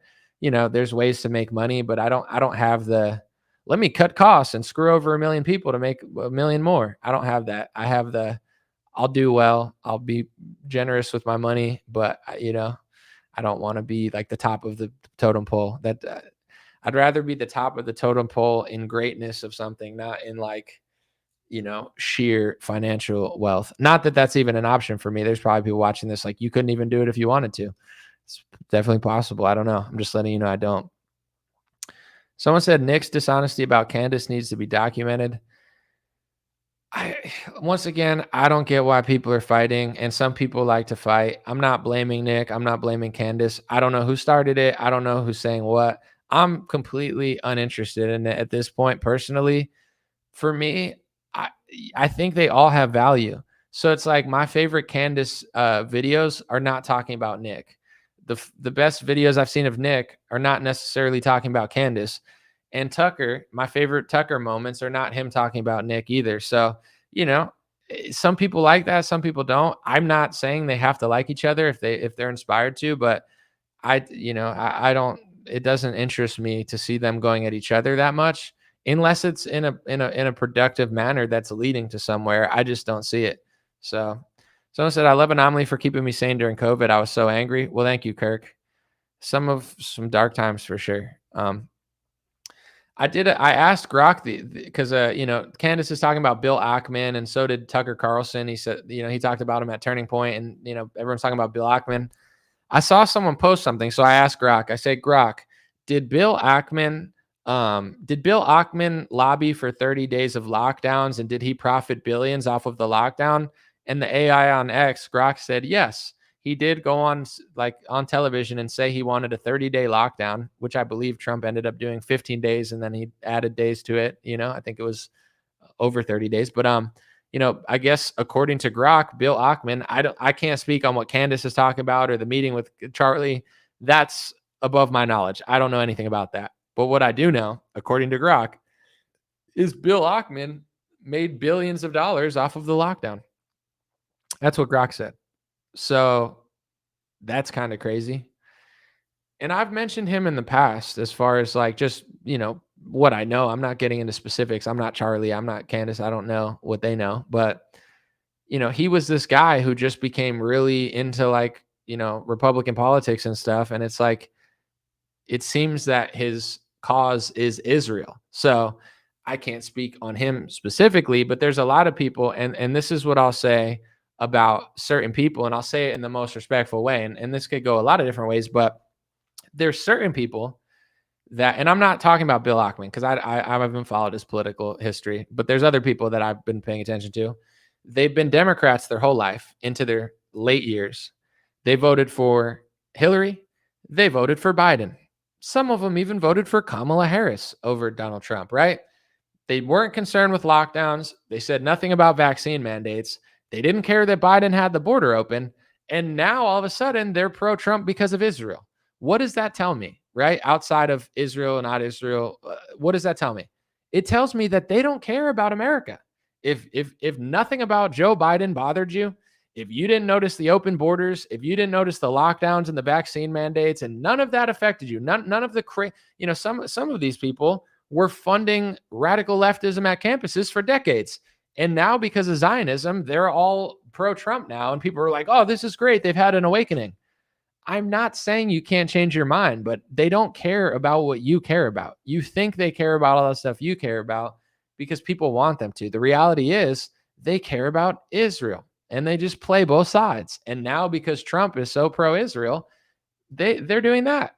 And I've seen that with so many people. And it's yeah, they'll get Fox News appearances and they'll brainwash the boomers and stuff.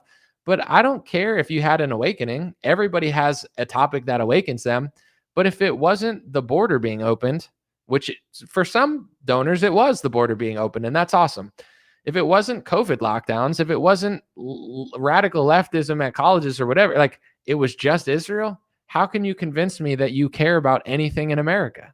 You understand what I'm saying? So it's if you really zone out of the news and what they're feeding you, and you study kind of people's trajectories and stuff, you could just tell who everybody is. Because it's it wouldn't, how could you not care about the open border? Because they don't. Because America's just whatever. The border's open, that's fine. Mandates, that's fine. Lockdowns, that's fine. Money printing, that's fine. Radical leftism at college campuses, that's fine. Not only is it fine, but I'll fund it for decades. Oh, wait, these leftist kids don't like a foreign country? Then I got to stop funding them. That's just what that means. I don't know a nicer way to put it. That's just what that means, and I'm not a bad person for noticing that. That's just the reality. And a lot of the donors in politics, some of them care about America. Some of them care about closing the borders, and some of them don't. And everything because of the internet and donations, it's all so public that you don't even need to go that deep to find this stuff. Even with Charlie, there's going to be people that are going to go deep and go personal because they want to find out more. It's what it is. It's not my business, but that's what some people feel inspired to do.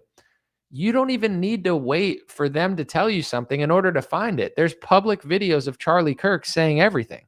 So if you want to know what Charlie thought from 2018 to 2024, you can watch Charlie Kirk videos. If you want to see what Charlie Kirk thought about the Israeli donors or the pro-Israel donors, calling him an anti-Semite and the enemy, even though he's pro-Israel, watch the interview with Megyn Kelly that I told you about. It's called Charlie Kirk and Megyn Kelly have a message to Israel supporters who want people to agree with 100% of everything they say. Find that video on YouTube. You can wait to see what Tucker or Candace says because they have insight to some extent, but listen to Charlie in his own words. That's why I'm looking at Twitter and I'm like, I get that these people don't like Candace and these people don't like Tucker. Like, I get that.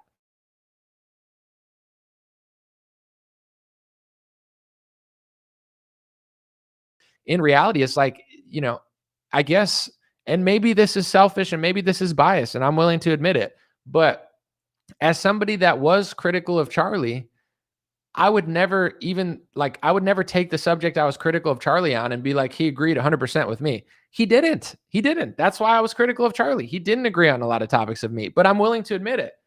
To watch people that were giving him so much flack in the last 3 months of his life, even though he was pro-Israel, and they were totally fine with people smearing him as woke right and anti-Semite, and all of these newscasters saying that he was hosting clowns like Tucker and he was so bad for kids. Now they're sitting saying, oh, Charlie was just like me. He wasn't, though. He wasn't just like you, and he was getting shit from people like you. He was also getting shit from people like me. But I'm honest about it. I disagreed with him on certain topics, and he wasn't just like me. I'm not going to say he was. But can you also admit that Charlie wasn't just like you? Will you admit that your side of the equation, just like I'm not going to take responsibility for everyone on my side because it's not really my side, but let's just say people that have a similar, foreign policy of me, they were giving Charlie a lot of, disagreements. But how come they can't say that as well? Like, they're just going to sit there and say, oh yeah, Charlie was just like us, and now we got to fight the woke right. And like, Charlie was being called the woke right. Charlie was platforming the right that you were calling anti-Semitic, and he was being called anti-Semitic. You don't need to hear someone else say that. You could hear Charlie say it in his own words. And anybody that doesn't want to be honest about that, that's on them. And just like with the left and the right, how like Trump uses Adam Schiff and Kash Patel, it's like this whole clown show to make you just think everything's left and right. It's the same thing with, a lot of people, like when they talk about Tucker Carlson or Candace or Daryl Cooper, and they're like, it's the woke right versus us. They're framing this narrative to just create this like us versus them. So then people either buy into the side and be like, oh yeah, they're so wrong. Like, I don't like, and I'm not saying this to disrespect anybody. I'm just being clear. I don't need Candace or Tucker or James Lindsay or Matt Walsh or any of these people to tell me what Charlie said in the interview with Megyn Kelly. It's right there. So if anybody lies about it, I could see it. I know you're lying. So, it's like people on the Zionist right, they want to say, well, because Candace and Tucker said this, then it's just this big hoax and they're being so rude and disrespectful. You could say that they're going too far if you'd like, but you can't take away that video of Megyn Kelly talking to Tucker Carlson. It's not everything of who Charlie was. It's not like he wasn't playing both sides of that topic. He was. But be honest about it, like I am. He was playing both sides of that topic, and he was getting flack from both sides of that topic. Why am I able to say that, but they're not able to say that? You know what I'm saying? The whole Zionist right, they try to create this us versus them with Tucker Carlson and Candace Owens and be like, either you're with us or you're with Tucker and Candace. And I'm sure they were doing that to Charlie as well, because Charlie was hosting Tucker Carlson. So it's like now they're going to act like he was exactly just like them.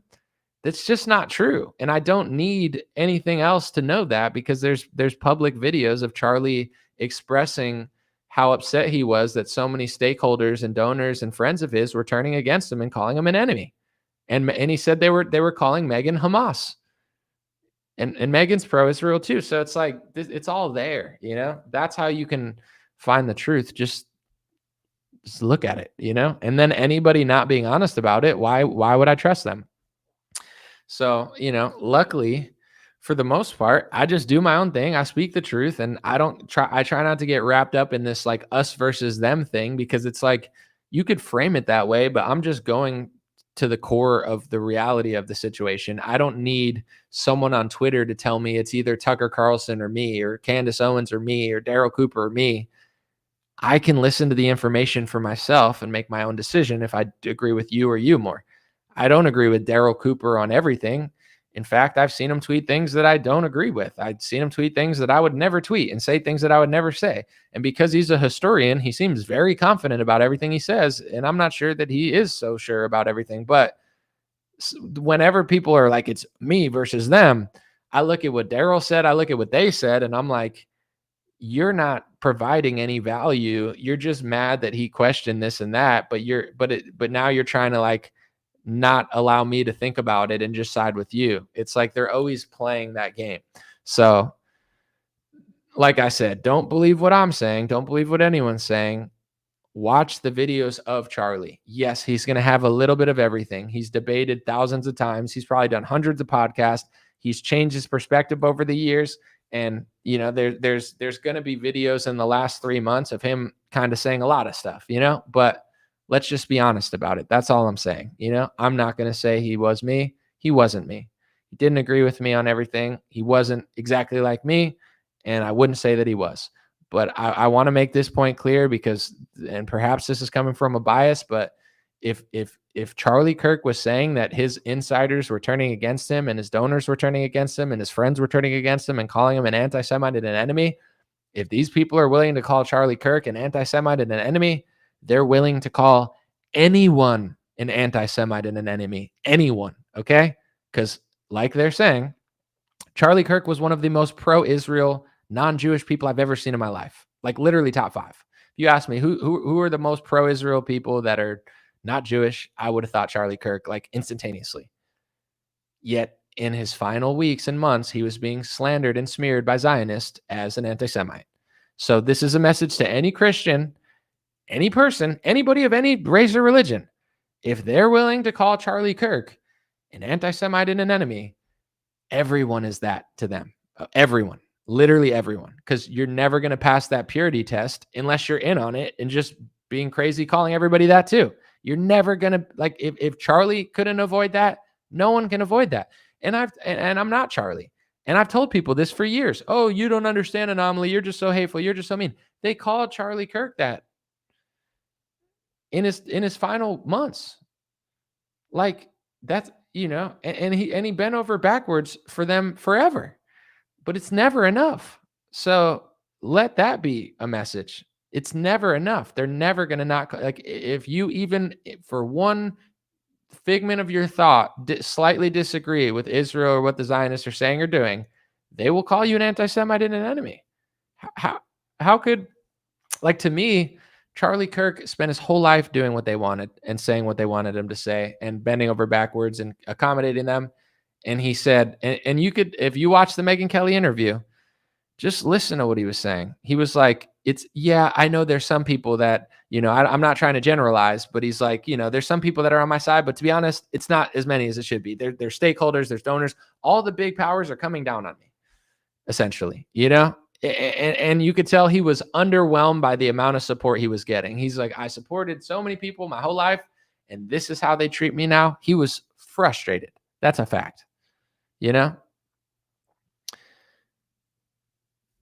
And like I said, could be bias, could be selfish, but not my only takeaway. There's a million takeaways of how sick so many people are acting on the left and how sick so many people are acting that don't like Charlie. That sickens me. That sickens me beyond politics. Anybody that has a soul and at least can like mourn or sympathize with Charlie or what happened, you're on a level above everybody. I don't care about foreign policy. I don't care about domestic policy. Are you celebrating his assassination? Then you're the worst. And that's sickened me over the last week. But outside of that, a political lesson that I hope that people figured out is like,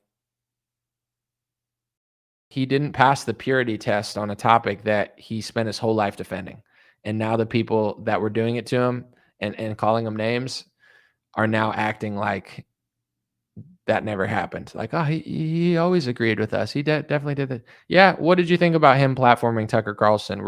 Did you like that? Or were you saying, you know, it's horrible what he's doing and he's giving a voice to some, like, come on.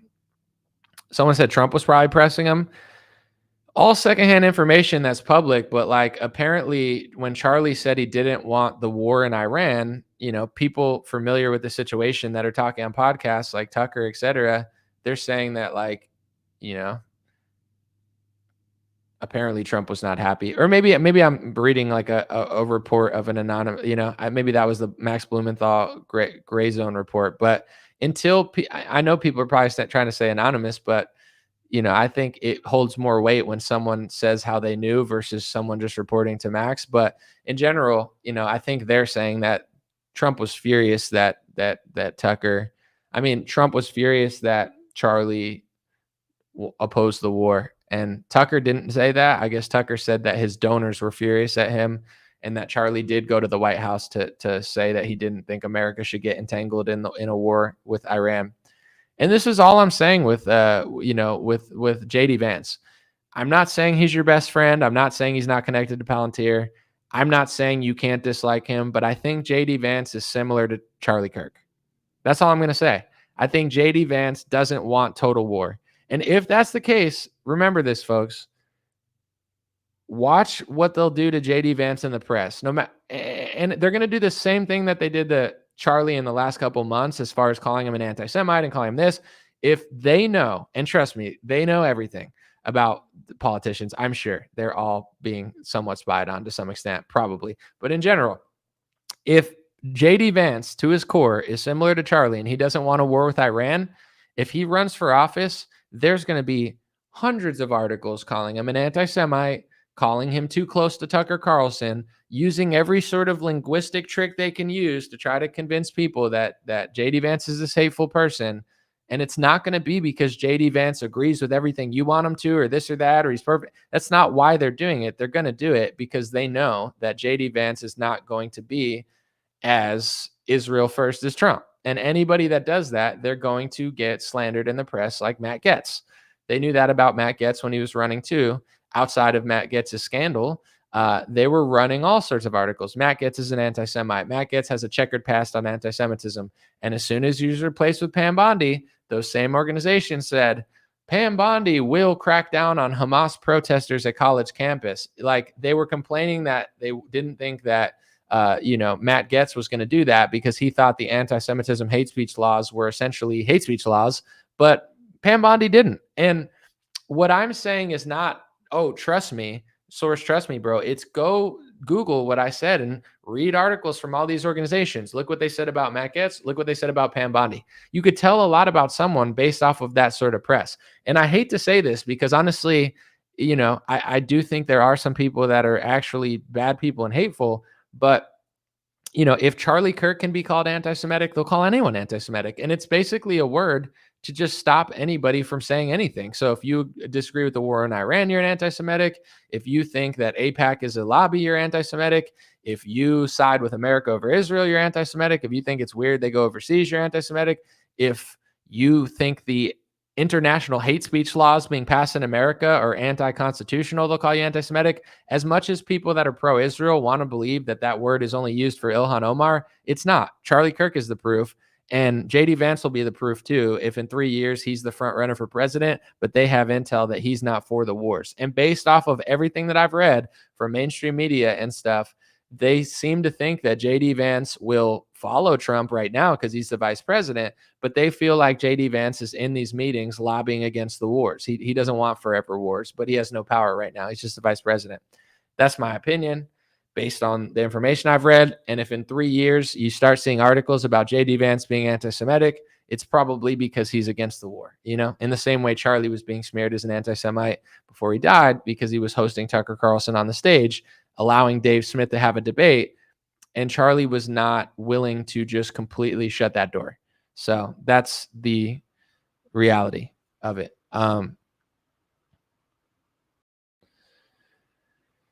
Someone said, I try to stay caught up. I mean, I'm surprised I missed it. I watch content. You'll probably not want to watch this whole thing, but, I was here for this entire 3 hours and it was what it was. It was a present moment. I understand most people are not going to want to listen to it. Some people might. I'm grateful for those who do. I'm grateful for those who listen for an hour. It's just when I have when I'm in the mood and I have the inspiration to say things, then I have to go with it. Because nowadays, like I said, I'm not really interested in more fame. I'm already getting a lot of attention in ways that I don't necessarily want, but I'm not going to stop working. I need to work and do what I feel like is right. But if if people say, oh, I don't want to watch this because it's so long, that's good. That's fine. This doesn't need to get that many views. It's okay. I could live with however many it does. Let's see. Someone said, I've enjoyed this immensely. Thank you, Annie. I feel good about it. I feel like it's been super fair. Someone said, JD is the puppet for Silicon Valley product of Peter Thiel. I'm not saying he's not, but there's levels to this. And I said what I said. I'm not stopping you from looking into that. I'm not saying he's not. Charlie had taken a lot of donor money. Charlie had done a lot of things for a lot of people. But Charlie instinctually was anti-war and they hated him for it. So it's the same as JD Vance. I'm not asking you to think that JD Vance is Ron Paul. JD Vance is not Ron Paul. JD Vance is not George Washington. JD Vance is certainly not, what's that one guy's name that everybody, Pat Buchanan. But let me just repeat myself, if JD Vance, despite all of his connections and donors, is anti-war at the core of it, he will be called an anti-Semite. That's all I'm saying. You don't have to assume I said anything else because I didn't. I'm not saying he's not connected to Peter Thiel. I'm not saying he's your best friend. I said what I said. Just like Charlie Kirk was not Ron Paul, but he still was apparently against the war. Even though he played along to it, you have to understand when you get to the high levels of this stuff, they're not looking for any disagreements. They're not, oh, well, Charlie Kirk's against the war, but, he'll still support the war if it works. Because Charlie supported Trump still. Still, he said it, though. Still, he wanted to stop it. So now people know if Charlie Kirk ever gets in a position of power and ever gets legislative power, he's not going to be on the side that they want him to be. And I'm not saying that's what happened to Charlie. I'm just saying what I'm saying.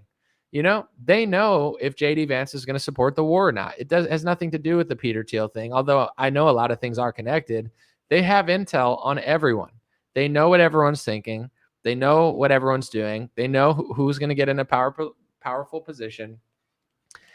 And they're not going to want that. That doesn't mean if you play along to the game 99% of the time, they appreciate it. They want 100% allegiance. They want people that will listen.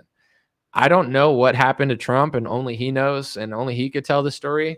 But who Trump wanted to be and who Trump is are two different people. Who Trump campaigns on and what Trump does when he's in office are two different people. Do I personally believe that Trump is a huge liar? Sort of, kind of. I believe that. But the other half of me believes that Trump is just like that Trump can't do what he wants to do.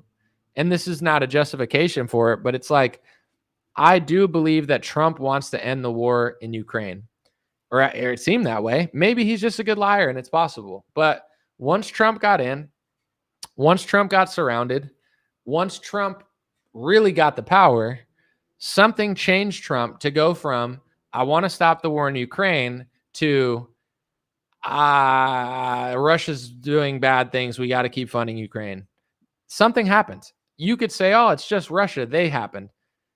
I don't know about that. I feel like there's a lot of things that made Trump change, right? And I don't know if you're supposed to say this, but this is the reality of the situation we're dealing with, and it is what it is. There's certain countries and certain people, they're not playing by the rules. They're getting every bit of leverage, every bit of intel, every bit of spying, every bit of every single thing they could possibly get in any sort of way over certain people in order to change their opinion on certain things. And that's the reality of the situation. And, I think most people who are honest and research this stuff figure it out.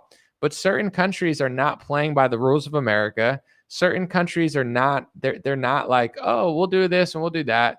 They're in every single way finding ways to gain leverage, gain surveillance, gain intel, and they're not going to do necessarily what American companies are going to do with it. And to be honest, American companies aren't even ethical anyway. So It's not like we're the moral high ground or anything, but it's like, that's the reality of politics. So I'm not saying this is the thing that a lot of Trump fans don't get about the Epstein stuff. I'm not saying they have Trump doing naughty things with underage people with the Epstein stuff. They might not. I don't think you could really prove that right now. But Epstein was deeper and bigger than that. And I don't think Trump wants to talk about Epstein, not because he thinks it's a Democrat hoax, because the same thing that Epstein was doing to gain leverage over everybody, and he was probably doing a lot of stuff, everybody's doing that to Donald Trump, and they've probably been doing it to him his whole life. So the amount of leverage that they have over Donald Trump in so many different ways, whether it's financial, whether it's surveillance, whether it's, alliances, business, their leverage is incredible. And it's, borderline invisible to most people, because it almost sounds crazy to say, but it's like, this is just the reality of the situation, and I'm not being remotely hateful about it. If you have intel and surveillance on everything, if you control a lot of major corporations and companies, if you control, if people have taken a bunch of loans and all sorts of financial ties and everything, it's like, but at the same time, you're not just like a random company that's just doing whatever. You're basically working for a foreign nation, or your allegiance is to that. So anything that you're gaining, you're basically using it in some way as leverage, the same way donors do. That's what donors do in every category. And lobbyists, they pay you to control you. That's what a lobbyist does. There's people doing that in every level of politics, every level of business, every level of surveillance, every level of everything, literally. To make a compilation of like, well, you have these financial ties, you have these ties to this company, you have these ties to this people, you took $100 million from this person, you definitely knew Jeffrey Epstein, you did this, you did this, you did this. It's not like a simple one thing. And I'm not saying that this didn't exist, but like so many people just think with Epstein, it's just like, oh, he has videos of them with kids and stuff.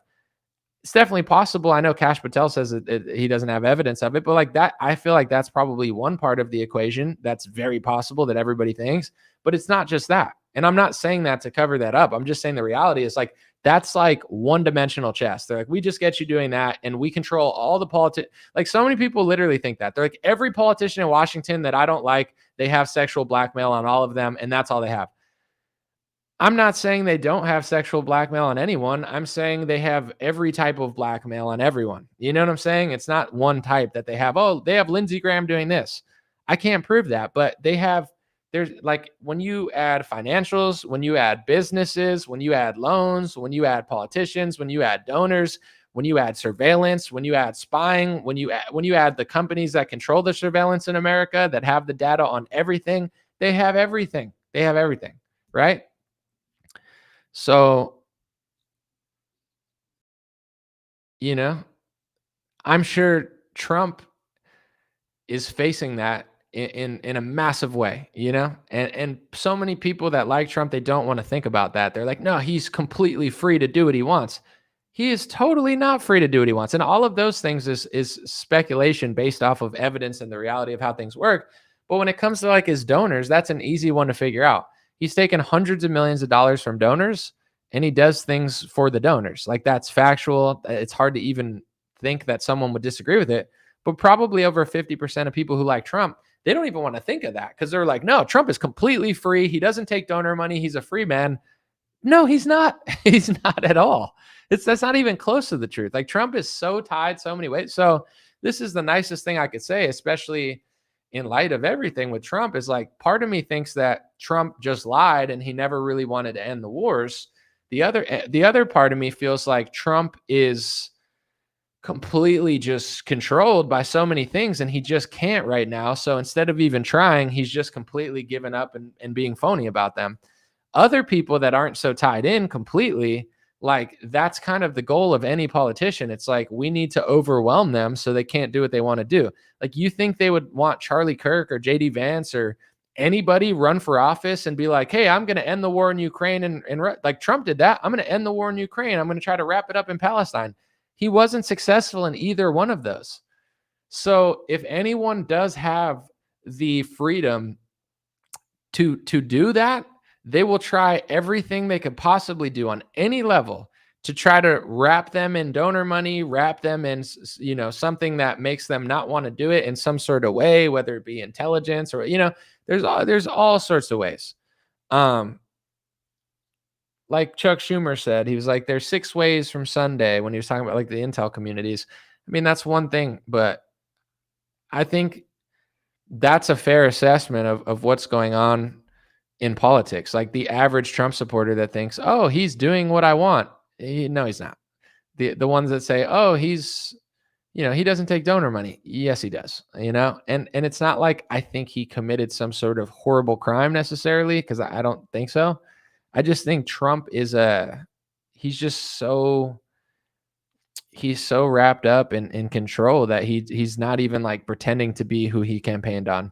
He campaigned on ending the war in Ukraine. Now he's just bitching about Putin every 2 seconds and China. That's not what he campaigned on. But he's in cahoots with the people that want to fight Iran, China, and Russia. So they're probably like, yeah, you're not allowed to do this right now.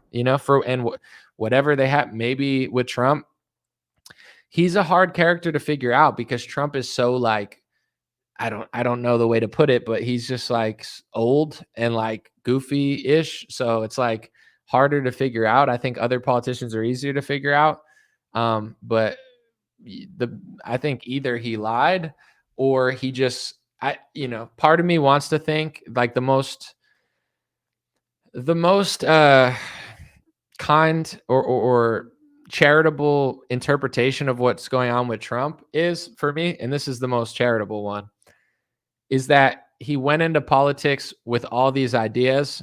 He got totally wrapped up in control, and now he's just given up most of his ideas and it's like, I'm not even going to pretend to believe in those anymore because I can't do them. So what's the point of I don't got a campaign anymore. But I guess it'll be interesting to see what Trump does for 3 years. And I hope that people like figure it out a little bit and kind of challenge him peacefully. But it's like the future of Republican politics as far as who's next after Trump. You'll really learn a lot based on how people react to whoever's going to try to like take his throne. Because I think personally, Trump is not like a huge threat. He's completely controlled. He's completely neutered. He has like no instinct that he used to have. Like I don't think anybody voted for him and was like, you know what I really care about? War with Venezuela, tariffs, and him yelling at Putin on Twitter. Like, whether you're pro or against tariffs, that's not why you voted for Trump. You wanted to close the border. He did that. You wanted deportations. He's kind of doing that. I guess the city thing is debatable, but tariffs, nobody really cared about before. Venezuela, nobody cares about. Fighting Iran and Russia, I think Zionist donors wanted him to do that, but I don't think the average Trump supporter really cares what he does or doesn't do. If Trump fought Iran, most Trump supporters would be like, awesome.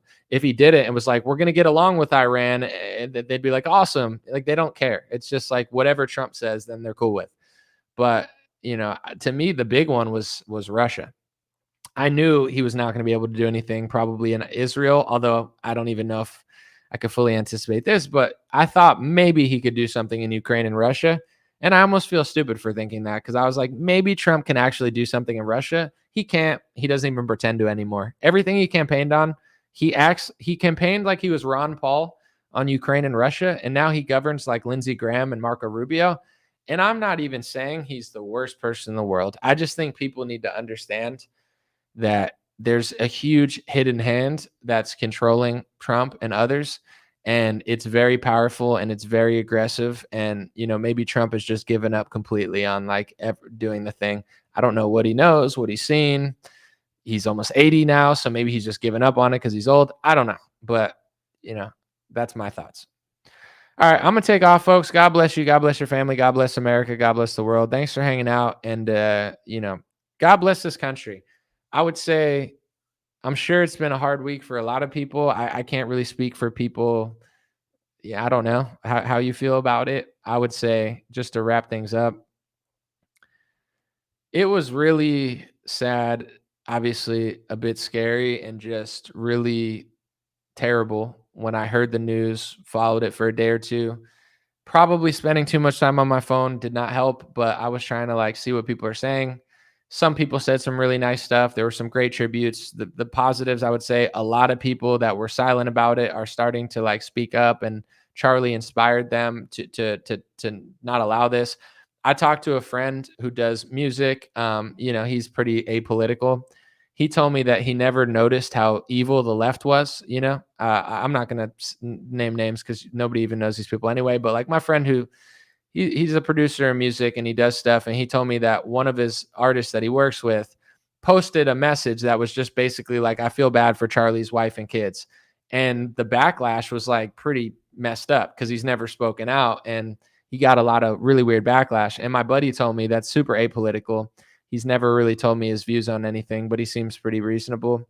He said, I never knew how evil or crazy the left was. Like, I had no idea. Like, it just he never really paid attention. And he's like, his soul, like, I don't even know what he thinks of Charlie Kirk, but I think spiritually he was like, yeah, no, that's sick to watch somebody get shot. He's got a wife and kids. Like, any good person is going to feel sickened by that, right? Especially seeing his wife and like, if you can't even be sad for the kid, something's wrong with you. And he was like, I had no idea the left was that heartless.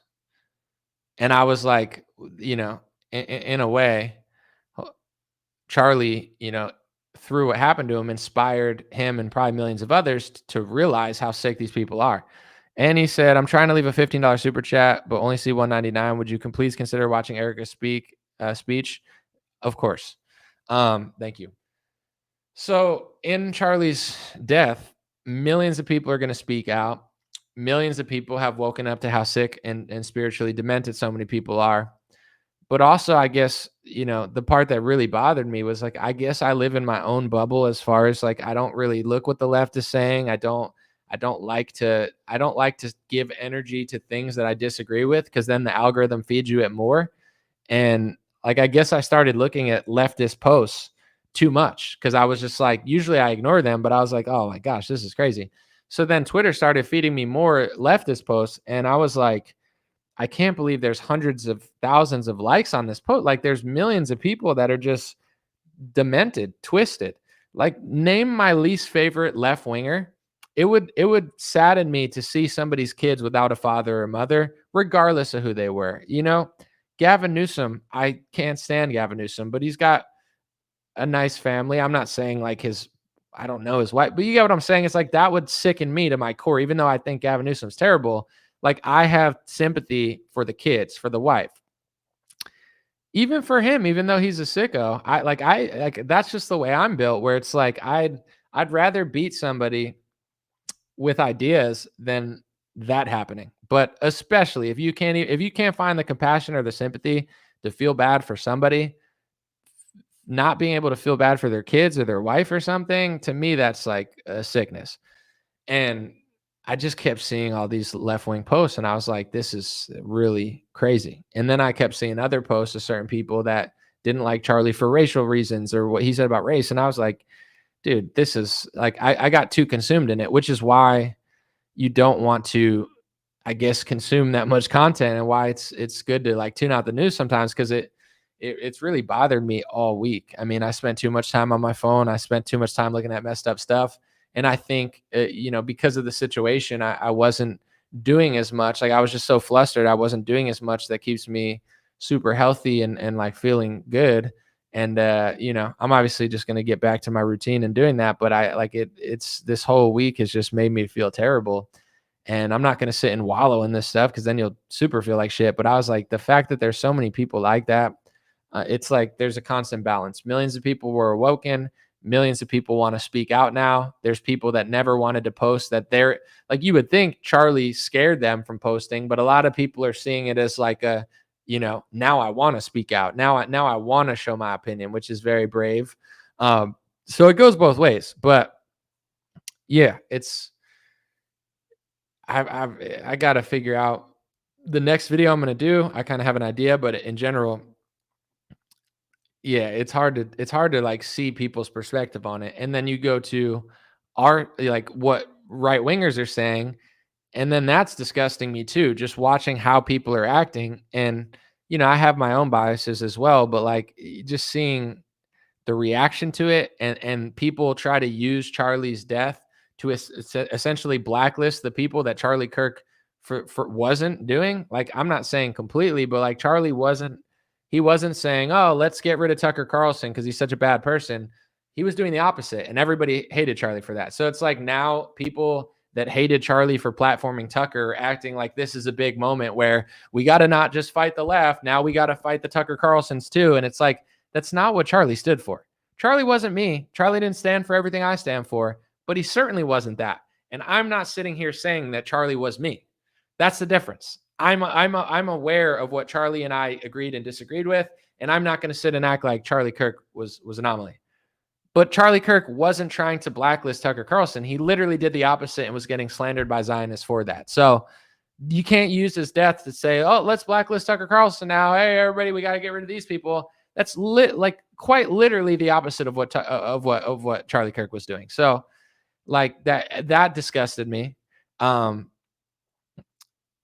obviously that's less disgusting, I think, than people celebrating. But it's like, I don't like to look at sick content and things that bother me, but I guess I've just been looking at it way too much this last week because I also want to like see what happens with this. Like, I don't trust the official narrative. I don't trust what they're putting out.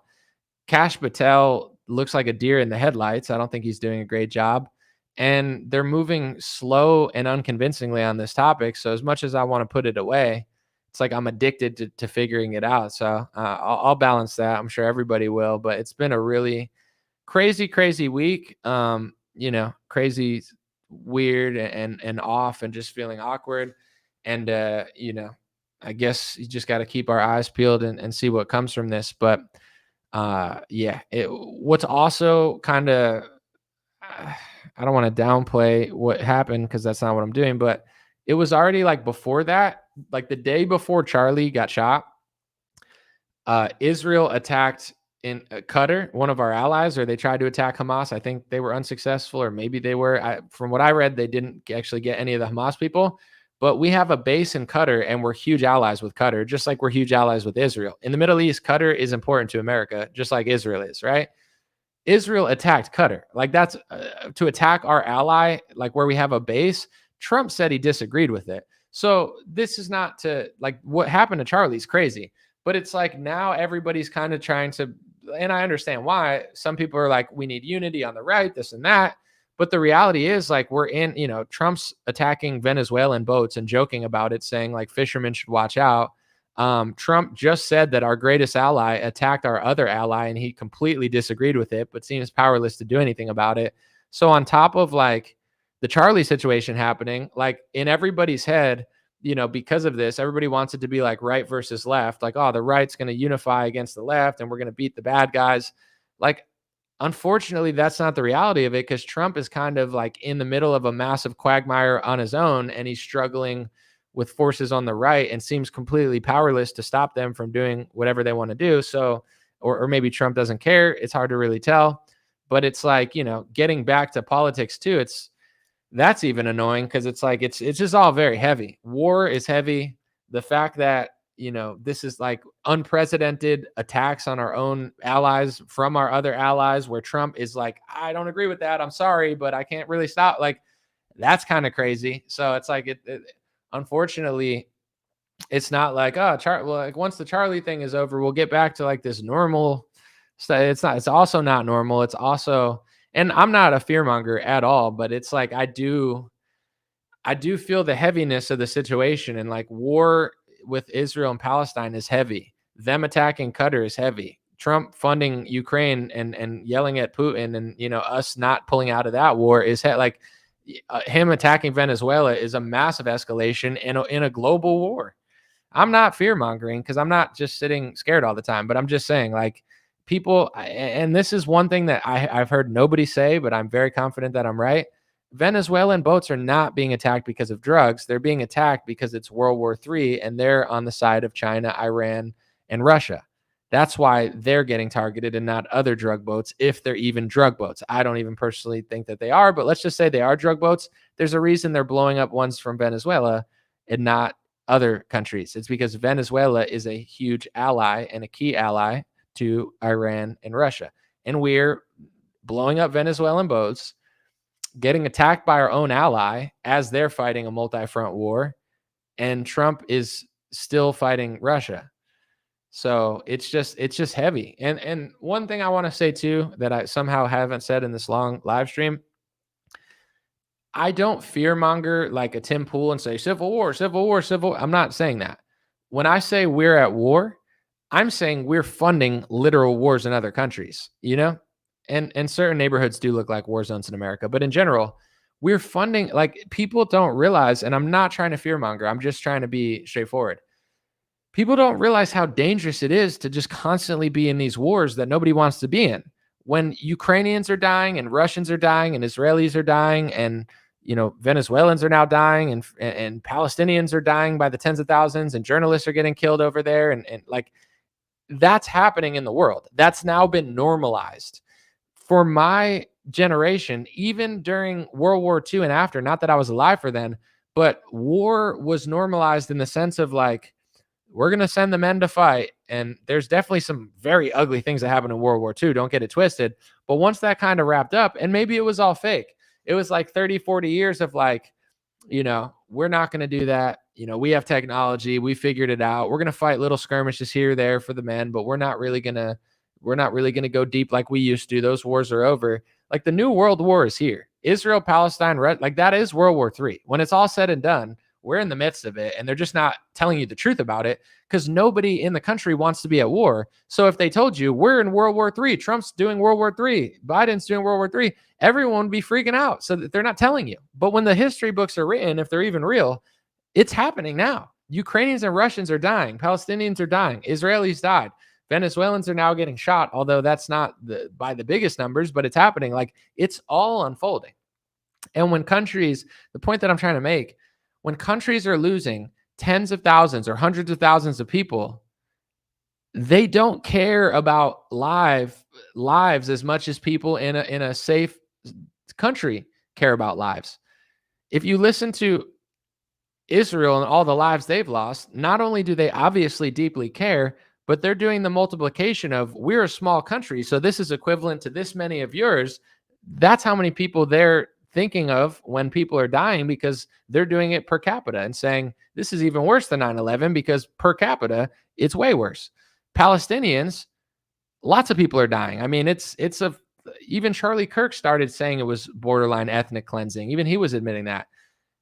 Ukrainians and Russians, I have no idea how many died, but it's probably in the hundreds of thousands, if not millions. I don't know. That's all happening, and we're funding it. If we weren't funding it, it's not that big of a deal, but we are. And we can't vote our way out of it. So it's like, it's heavy. When hundreds of journalists are dying and getting slaughtered in other countries, and they're saying, oh, they're getting slaughtered because of this. And then people in America are using those terminologies to call American journalists that they disagree with.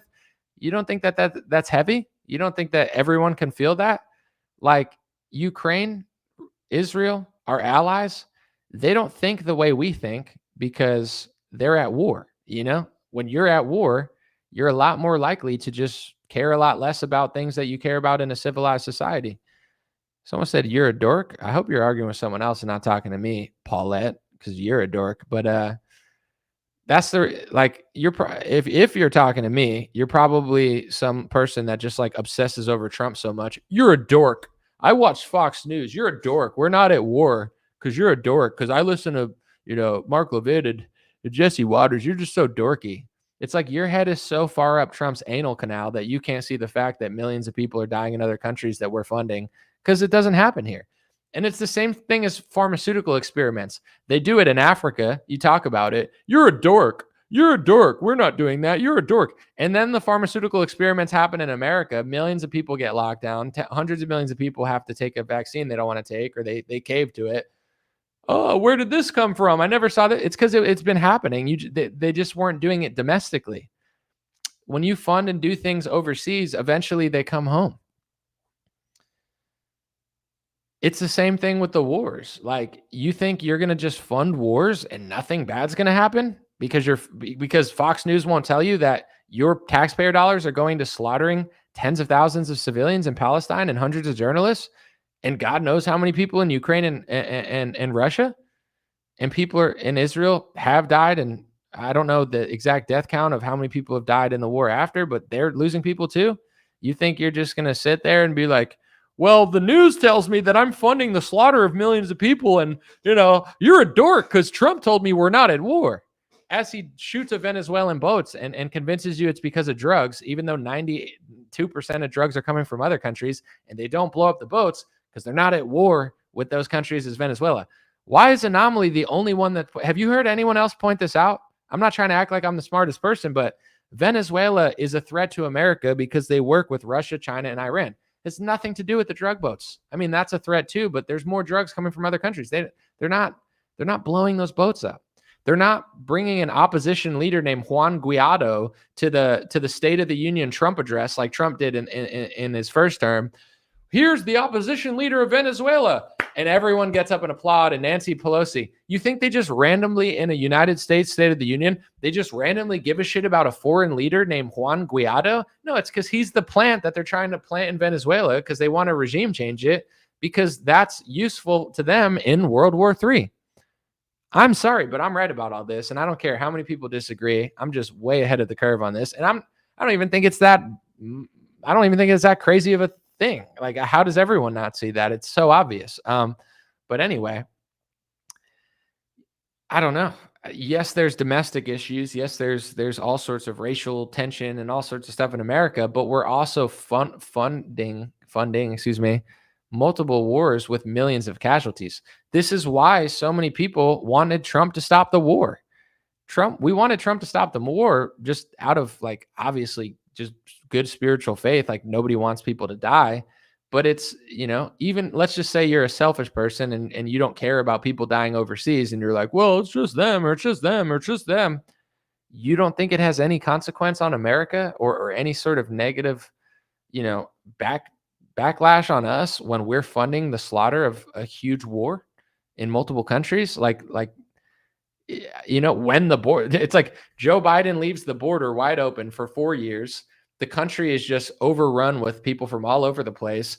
And then Trump continues to fund the wars. Like, this is a recipe for disaster. I shouldn't even have to explain it, but it's just something I always think about that nobody really talks about, where it's like, they're like, civil war. Yeah. People in America don't get along, but there's going to be no civil war because there is no North versus West, South, or, it's not like back in the day where everyone was so consolidated. Everyone's everywhere and they're just going to fight online, and there's going to be crime in the cities and stuff. But as far as, and to be fair, this is another thing too, where I feel like people don't understand this, but I forget what I was going to say exactly. Oh yeah.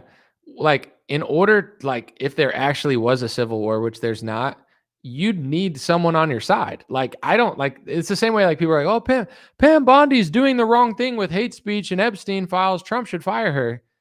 If you think Trump thinks what you think, I don't think Trump thinks what I think. I don't think Trump's even really on my side. You can't fight. First of all, you're not fighting a war, but you can't fight a war with a side that's not on your side. Like, if you still think the Republicans are your guys, they're worth voting for, and definitely they make better governors and stuff. But as far as, like, really, like, that's what you think? That's crazy to me. It's not happening, but it's like, they're like, you can't rely on people that literally aren't working for you. But then you go overseas, they got these real wars. Someone said they blame Hamas. Regardless of who you blame, I mean, you can't blame them for Ukraine and Russia, even if you blame Hamas and Putin for everything. The truth is still the truth that millions of people are dying and we're funding 2 wars. I'm not sitting here telling you who to blame for the start of it or whatever. I'm just telling you the reality. Like, that's heavy, and it comes at a cost, that most Americans don't want to pay and most Americans don't want to be a part of. So I'm not sitting here to argue about who started it or it's just the reality of it. We're funding 2 wars. Blame who you want. Vlad Belazanko with the $1.99 super chat. Weak. Just kidding. Appreciate it. Nick Fuentes got the call from who? I don't know why or what you're referring to, but who called him? All right. Appreciate you guys. God bless you. Hopefully you enjoyed the long stream. I'm going to put this on podcasting streams too, and I'll do a video within the next 2 weeks just based on some stuff I'm seeing. But as far as like the Charlie situation, I'm going to keep my eyes peeled. I'm not impressed with the info that's coming out. I'm disgusted by how people are acting. It's almost makes me not even want to look at it, but I will have to just follow up to see what they say happens. And like, if this kid actually says he did it or he says he didn't do it, what info they have, etc. I got to see all this. And then also you have like, Candace is going super hard on certain topics and stuff. I want to see where that leads and like what she knows or what Tucker knows.